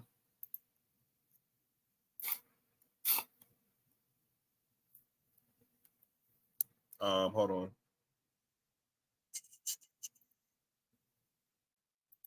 What is it called when a person is born into slavery in the condition of their mother?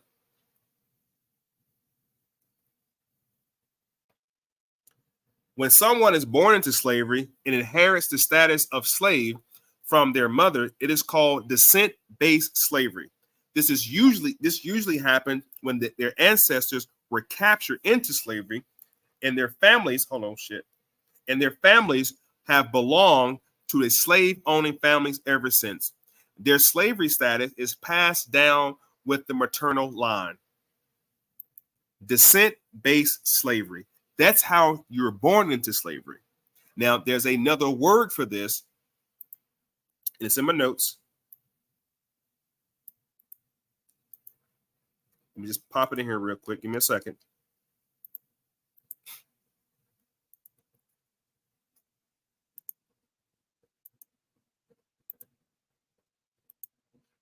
Man, this computer be tripping, bro. Should be tripping. Oh, okay. Never mind. I won't do it. I gotta type it out. My bad. Here's your word right here. It's called partus secretum ventrum. Partus secretum ventrum. If I'm even saying that shit right. But that's the word right there, though. Beginning in the Virginia Royal Colonies in 1662. Remember, this is 1662. 1619, when them 30 Africans came to Virginia. This is 1662. And they're calling this shit the Virginia Royal Colony. Okay? I told y'all, the Virginia Company and the Philadelphia Company under what's known as the House of Burgess. All private investors, capitalists, Lombards, they call them. Barons. This was an investment. This was just an idea. This was an experiment. The colonial project was just an experiment. Okay. Beginning in the Virginia Royal Colonies 1662, colonial governments incorporated the legal doctrine Partus Secretum Ventrum into law of slavery, ruling that the children born in the colonies took the place or status of their mother. Therefore, children of enslaved mothers were born into slavery as chattel. I'm gonna give y'all time to digest that shit. Give y'all time to digest that. This is called enslavement. This is a system. This is systematic. Nobody was running around in Africa snatching up Negroes by the tribe and bringing them over to North America. That's not true. They systematically side up slavery. Okay? Sam Terry, that's an excellent fucking question. Yes. Yes. Yes. Is mental slavery hereditary? Yes. Yes. There's a word for that as well. What's the word for that? Oh God. What is an inherited behavior, hereditary behavior? Oh boy.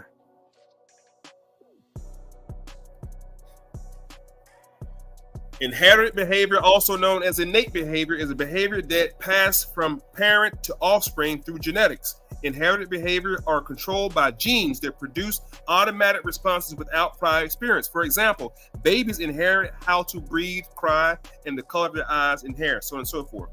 Inherited behavior, also known as innate behavior, a behavior that is passed down from their parents to offspring through genetics. There's another word for it too. Inherited behavior. Damn, what's the word, bro? Sheesh, man. I'll think of it in a second. Excellent question, though. Excellent question. Excellent question. I'll think of the word in a second and I'll give it to you, I promise you. But back to this right here. This was the condition. This was a law. Why they tell you that Latin is a dead language to keep you from finding out. Once you learn the language, they can't lie to y'all no more. I'm telling y'all, start learning the language. Learn the language. Nobody can lie to you no more. Now, it's not Stockholm syndrome. It's I'll think of it in a second. I'll think of it in a second. I promise you I'll circle back to that word. I'll get back to that word in a second. But there is a word for it, though. All right, back to the notes. Oh, back to this right here. Sorry. John Tubman. Oh, one more thing real quick to point out.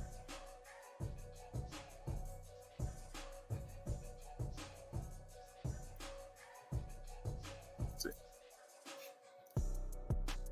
18 years in the plantation, It said that she was born in a condition. So Harriet was a slave. John was a free man. Not much is known about their courtship, but by all accounts, the pair was very, very different from each other. Harriet was witty with a ambient spirit, strong-willed. John Tubman, on the other hand, may have been harsh, aloof, and even haughty at times. Unlike John, Harriet was born into slavery. So now you have two different statuses. You have a enslaved person and you have a free person. 49% of Maryland was free anyway. All right. Juicy shit. Still marrying an enslaved person took away many rights from the free party. By law, children took on the mother's legal status.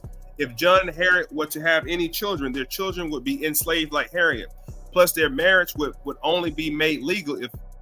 The fuck happened to my page, man? My page is acting crazy, man.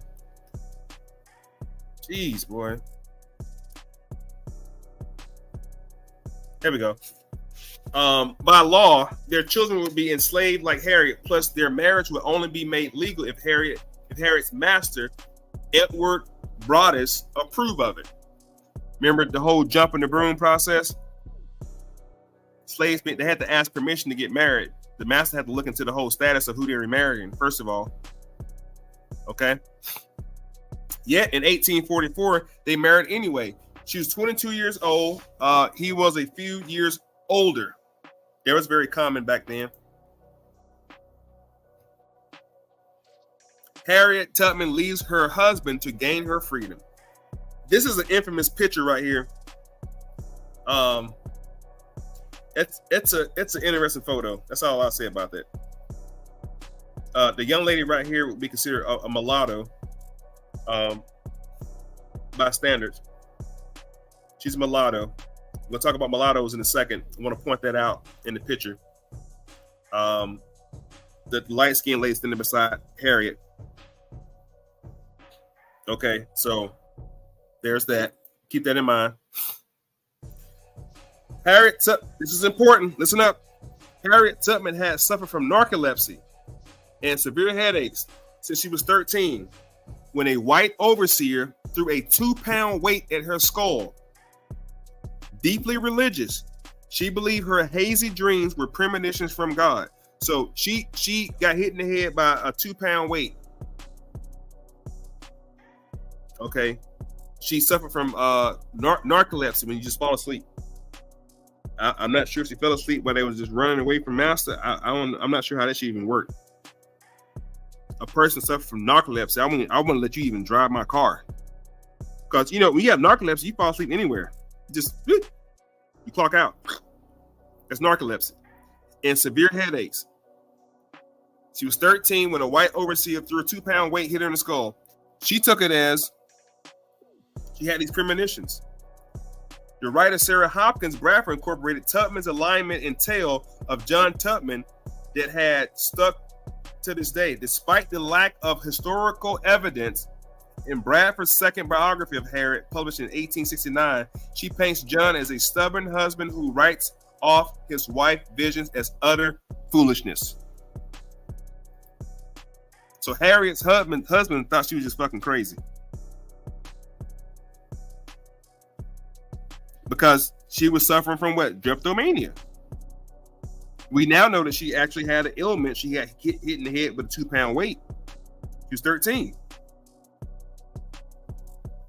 Harriet was married at this time to a free Negro who did not only not trouble himself by her fears, but did his best to betray her and brought her back after she escaped. She would start up at night with a cry, "Oh, they're coming, I must go." Her husband called her a fool and said she was like an old Cujo who, when a joke went around, never laughed till half an hour later. He called her slam crazy. God damn. Everybody else got through. It just, wow. Why is my screen doing that, man? That is fucking crazy. So this is supposed pictures, a trail of the Underground Railroad. And as you can see, this shit ain't nowhere in the South. Virginia is the closest they got, supposedly. Most are just in Maryland and Delaware and up in Canada. Michigan, you go over to Illinois. It says the Underground Railroad routes. You just heard the mental conditions or medical conditions that Harriet was going through. You really think that she was running around the country doing this shit like this by herself? Nope. I'm gonna show you why in a second. Bradford believed that John Tubman decided to marry her appears that the choice of a man deeply in love with, or at least powerful, drawn to Harriet. They may have even been trying to save enough money to buy Harriet's freedom. John Tubman, you know what, man? What the fuck is wrong with my computer, bro? This is crazy. Why is it jumping like that?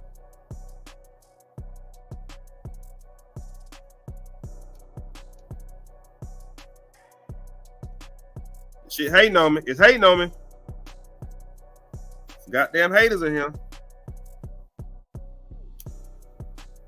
Anyway, by 1851, John Tubman had taken on another wife, and he refused to go up north with Harriet. Harriet was hurt by his betrayal and repeated refusals to go with her, but she let it go. Instead, she helped some 70 slaves. That's it. How many slaves did Harriet help? 70. Reach freedom, becoming one of the most prolific conductors of the Underground Railroad. In 1867, John Tubman was shot dead by a white man named Robert Vince. After a roadside quarrel, Tubman left behind a widow and 4 children, while Vince was found not guilty of murder by an all-white jury. Of course not. All right.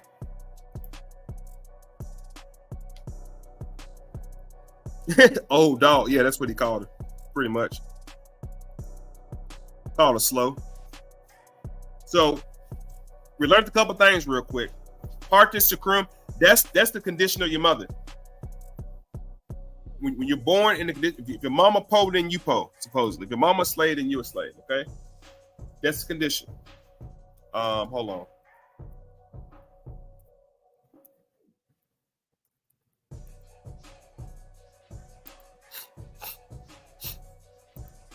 Now, there were a different breed of Negroes back then too. I want to point out in this time frame. There was a different breed of Negroes back then. No, she wasn't living back then. I'm making a point. This is Mulatto. Her name is Lotto. You already own it. Mulatto was half Indian, half foreigner. Can't make this shit up. I know y'all ladies like Lotto, the rapper. Big Lotto. Mulatto. Literally her name. Mulatto. Well, what was a mulatto? Appreciate it, bro. Bro's already on it. Go back to my notes. So you had freedman and free people of color. The term freedman also used to describe the descendants of individuals. Although they were intermarried between blacks and Indians, the Dahl Commission enrolled people of mixed heritage as freedmen and included no blood relation to a tribe. So when we start getting into terms freed and free people of color and mulattoes and octoroons and quadroons, this is what all the race factor came into play. This is all in the 1800s, though. This is all in the time of Harriet Tubman. And I'm pointing this out only because we just learned that Harriet Tubman was a slave, but her husband was a free man. And we also learned that 49% of the black population in Maryland was already free anyway. They were never slaves. And we could probably go through the whole narrative of every state at that time. Like I just showed you earlier, the picture of those sharecroppers and those tenants. The difference between sharecroppers and tenants are the same as freedmen and free people of color. When I pulled up the General Order Number 3, Galveston, Texas, that gave you Juneteenth, I pointed out in the paragraph, there's 3 people. There's a slave owner, there's a slave, and then the freedmen are also mentioned. Hiram Revels, who I just showed you, was a freedman. Isaiah Montgomery, the founder of Mounds Bayou, was a freedman. Mr. Weeksville, you don't know who Mr. Weeks, the founder of Weeksville in New York. Weeksville is the original name of Bedford-Stuyvesant in New York. I know they call it Bedford-Stuyvesant now, but the original name was Weeksville, founded by a brother a freedman. And I'm making that point to show y'all everybody of color was not a slave. I just gave y'all the percentages of people as slaves. I'm giving y'all numbers. I'm giving y'all dates. I'm showing y'all maps. I don't know what else to do. I'm not trying to convince you. I'm just showing you. All right, let's keep going. The term mulatto was applied to both former enslaved and freedmen and those who had been born free. Free people of color, whether African or mixed descent, free women of color with quadroon daughters, also free in the late 18th century. So colleagues paying in New Orleans. This mostly happened in New Orleans. We call them Creole. You know, the light-skinned Creole women in New Orleans. If you're from New Orleans, got somebody from the area of New Orleans who light-skinned Creole. Most due to the fact of the intermixing of the French slaveholders and the African or indigenous ladies of that area would produce these children they call Creole or quadroons. Now, in areas like DC, where the population was a lot of European white males who slept with a lot of the black women, they produced mulatto children. So between mulattoes, quadroon, octroons, again, based on the condition of the mother, they would be born free. And they created a whole separate class. Within the black race, there was a whole separate class of people, light skin. This is where the whole light skin, pretty, dark skin, ugly, and the paper sack test from Howard University and all that shit was going on, because the light skinned children, light skinned black children, thought they were better. They thought they were better than the dark skinned children. Whole shit popped off, man. It's a lot going on. A rare instance of mixed race babies portrayed next to the dark skinned mothers, John Brown. Now, John Brown also had a little Jones for a little bit of black booty too. This is a picture of John Brown. This is the co-op who helped Harriet, or who Harriet helped. This is his little piece right here, and the little light skinned baby at the bottom right here, when John Brown was being arrested for trying to cite an insurrection. Oh, bro, I can do a whole goddamn live on a paper sack test. Light skin versus dark skin. I did a whole joint on it. I'm not saying it mainly started at Howard University, but it was very prominent at Howard University. The little light skinned black kids who their fathers were white politicians didn't want to go to school with the dark skinned kids. They just felt like they were just a little bit better than them due to their skin color. This is when skin color was a big thing back then. You know, race it still is a big thing. You know what I'm saying? So that's what it was. So that's John Brown right there in a painting or a portrait being arrested.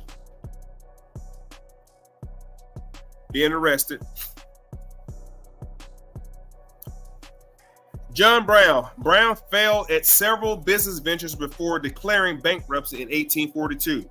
Still, he was able to support abolition cause by becoming a conductor on the Underground Railroad. Now, John Brown was an actual train conductor. Harriet Tubman was not a fucking conductor of anything. She got the title conductor of the Underground Railroad by way of Mr. John Brown. John Brown also called her the General. She's also known as the Moses. But we just showed you that ain't even her name in the first goddamn place. It's her pen name. It's not even her real name in the first place. So if you'd have said Harriet Tubman back then, they're like, who the fuck is that? If you get in the time machine and go back to 1850, 1852, and you ask, y'all heard of Harriet Tubman? They're gonna be like, who the fuck is that? You mean Minty? Oh, she right here. And she probably be asleep. She got narcolepsy. She knocked out somewhere. All right? But black people have to have a fucking hero. We have to have a hero, right? All right, let's keep going.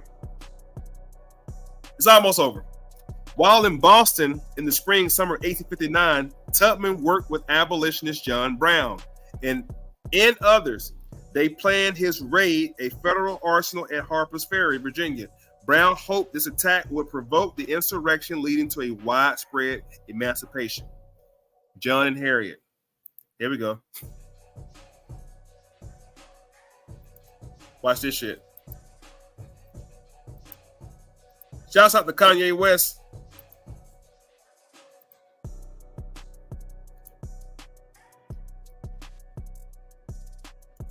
Let that shit sizzle for a minute.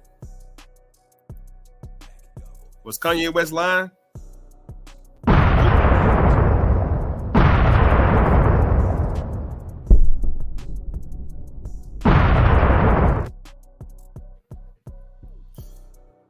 Whew. Was John Brown paying Harriet Tubman money? She had just as much to lose as the men she recruited. Harriet Tubman was recruiting slaves, basically freeing slaves off of plantations and bringing them to John Brown. So when Kanye said what he said, that Harriet Tubman was not really freeing the slaves, she was just bringing them to work for other white people, he was telling the fucking truth. John Brown paid Harriet $25 in gold. I told you there was no currency back then. There was no paper dollar bills. There was no stacks on racks back then. Okay, not how it is now. Brown paid Harriet $25 in gold to support her recruitment effort throughout the spring and summer. She traveled to Auburn, New York in the fall to check with her family, and then to Boston during the winter, where once again she met up with John Brown. Again, she never came to Alabama, never came to Georgia, never came to Mississippi, she never came down to where the real shit was happening, to free nobody. As you can see, her husband didn't want to follow her no damn way. I'm gonna show you some other people in her family who thought she was crazy and didn't follow her anyway either. Like, so who the fuck was following you? You freed 70 people? What did you tell these 70 people? And of these 70 people, a lot of them went back to the plantation. Because a lot of them were not slaves in the first place. They were workers. And when she took them to another working condition, like, bitch, you couldn't stay where we was at.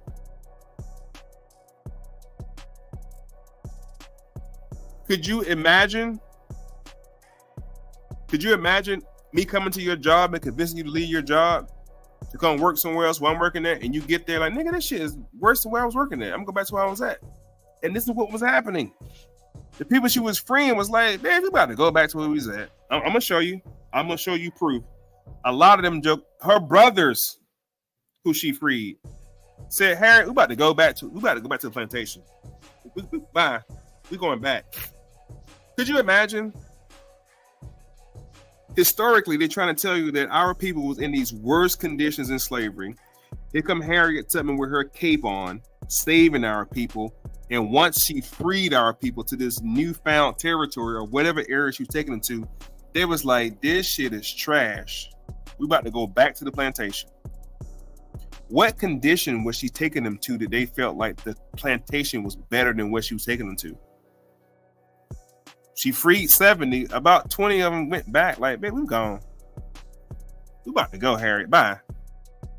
And that's why the title's called Railroaded by Harriet Tubman. She was getting paid. She was getting paid to do this shit. It wasn't just no whimsical, I love my people. No. And the people she was freeing was her family. Harriet Tubman was not coming to Mississippi to free nobody off the plantation and bring them up north for freedom. The north it was going to was Canada. That's the north. It was already in the north. It just went further north. But we were told this story about Harriet Tubman, like she was coming all down to Carolina and had a whole, you know what I'm saying, line of Negroes just following her, wade in the water. We was told all that shit. Like, it's a lie. It's a lie. If anybody was running north for freedom, it's because they trying to go back home anyway. They was trying to get back home anyway. Like, come on, man. That's why they had to invoke the Fugitive Slave Act. They had to put a law out to say, if you was already working on a plantation and you try to leave that bitch, lawfully we can bring you right back because you're under contract. Those were contractual situations. Those planters, those slaveholders, those slave owners had what was called a bond. known as a bid bond. And those bonds kept you in bondage until you were able to pay your bond or to pay your way out. Or the slave master can do what's called meritorious manumission, which was to free you just meritoriously. Like, hey, you did a good job. You know what? You're a good person. Go ahead and clear your paper. And that's why in the movies you watch, the slave catcher will always ask them, where your papers at? What do you think those papers were they was pulling out their pocket? Fucking driver's license? No. There's their bond, bill of sales. Movie Django. Remember movie Django? When he had signed her bond over to him, he bond her out. Man, come on, bro. What the fuck, y'all? Come on, y'all.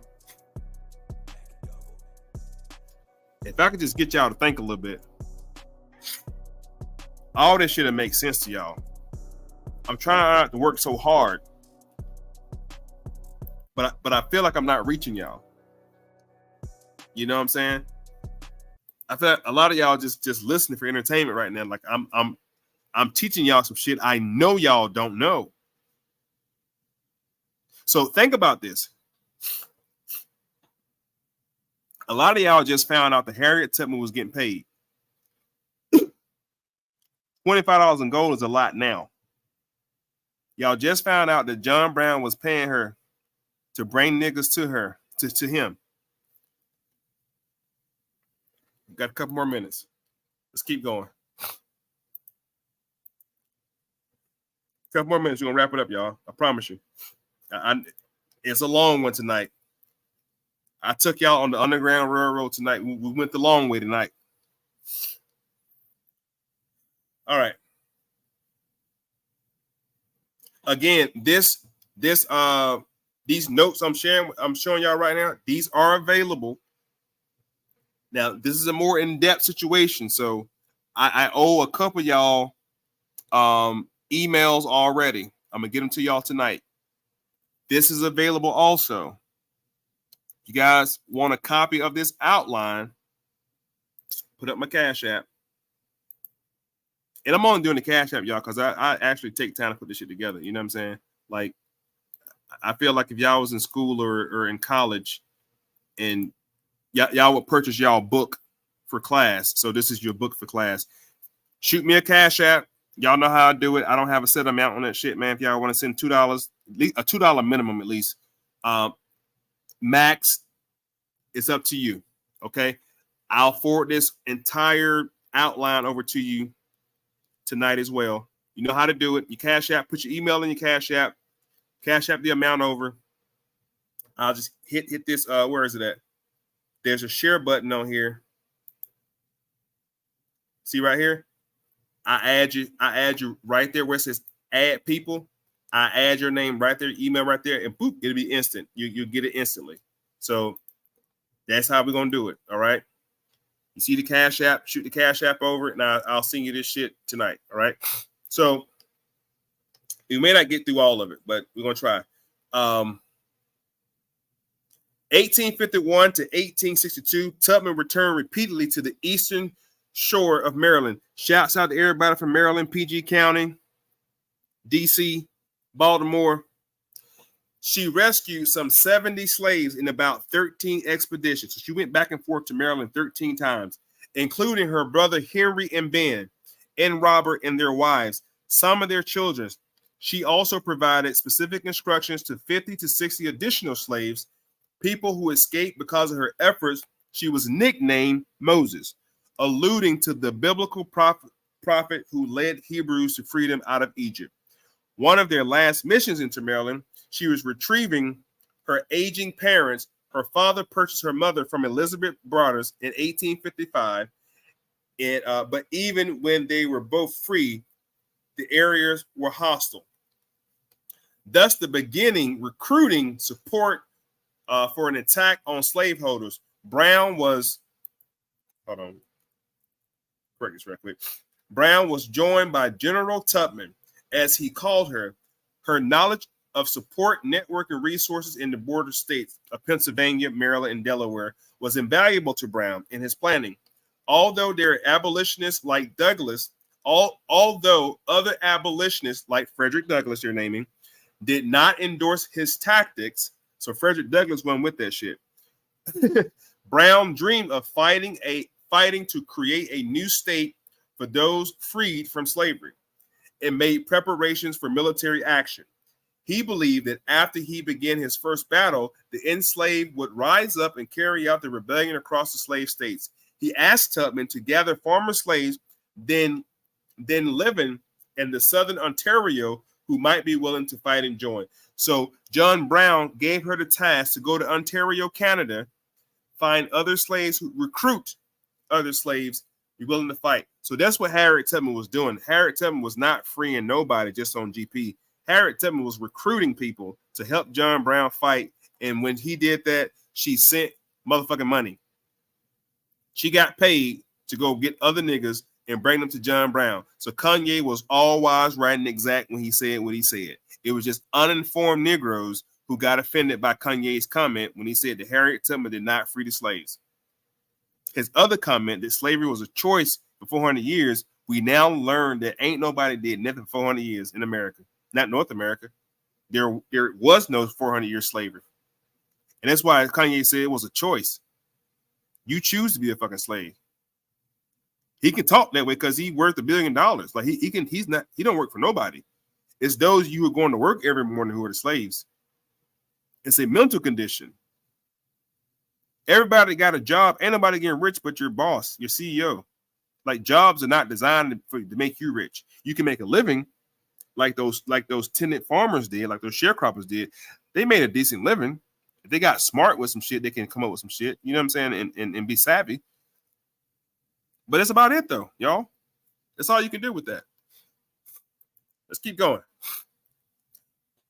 Shortly after acquiring the farm, Tubman went back to Maryland and returned with 8-year-old light-skinned black girl named Mark. This is important. Pay attention to this last paragraph. Pay attention, please, family. Shortly after acquiring the farm, Tubman went back to Maryland and returned with an 8-year-old light-skinned black girl, a mulatto, named Margaret, who Tubman said was her niece. She also indicated the girl's parents were free blacks. According to Margaret's daughter, Alice, Margaret later described her childhood as a prosperous and said that she left behind a twin brother.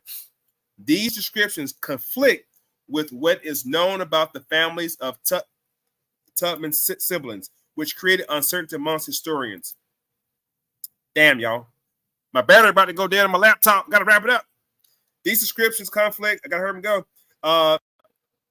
Alice called Tubman actions kidnapping, saying that she had taken the child from a sheltered home.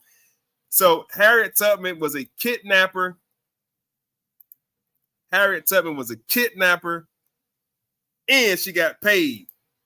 And she wasn't freeing nobody. She was working with the op. There's more to this. If you guys want the PowerPoint, shoot me a cash out with your email. I'm about to go. We got like 4 minutes for the 3-hour mark. I went way too long tonight, but it's well worth it. I love you guys, man. Appreciate you guys. We can do a part 2 or a recap this Sunday before we get into the Sunday school. Appreciate y'all. Shoot me that cash out, man. Lock me in. Share this shit. Subscribe to my channel. Share it. I want it to get bigger and better. I appreciate y'all for rocking with me for 3 hours on the fucking live, man. Y'all are amazing. I love you guys. Appreciate it. Hit that cash out for this joint, man. Appreciate y'all. Peace and love.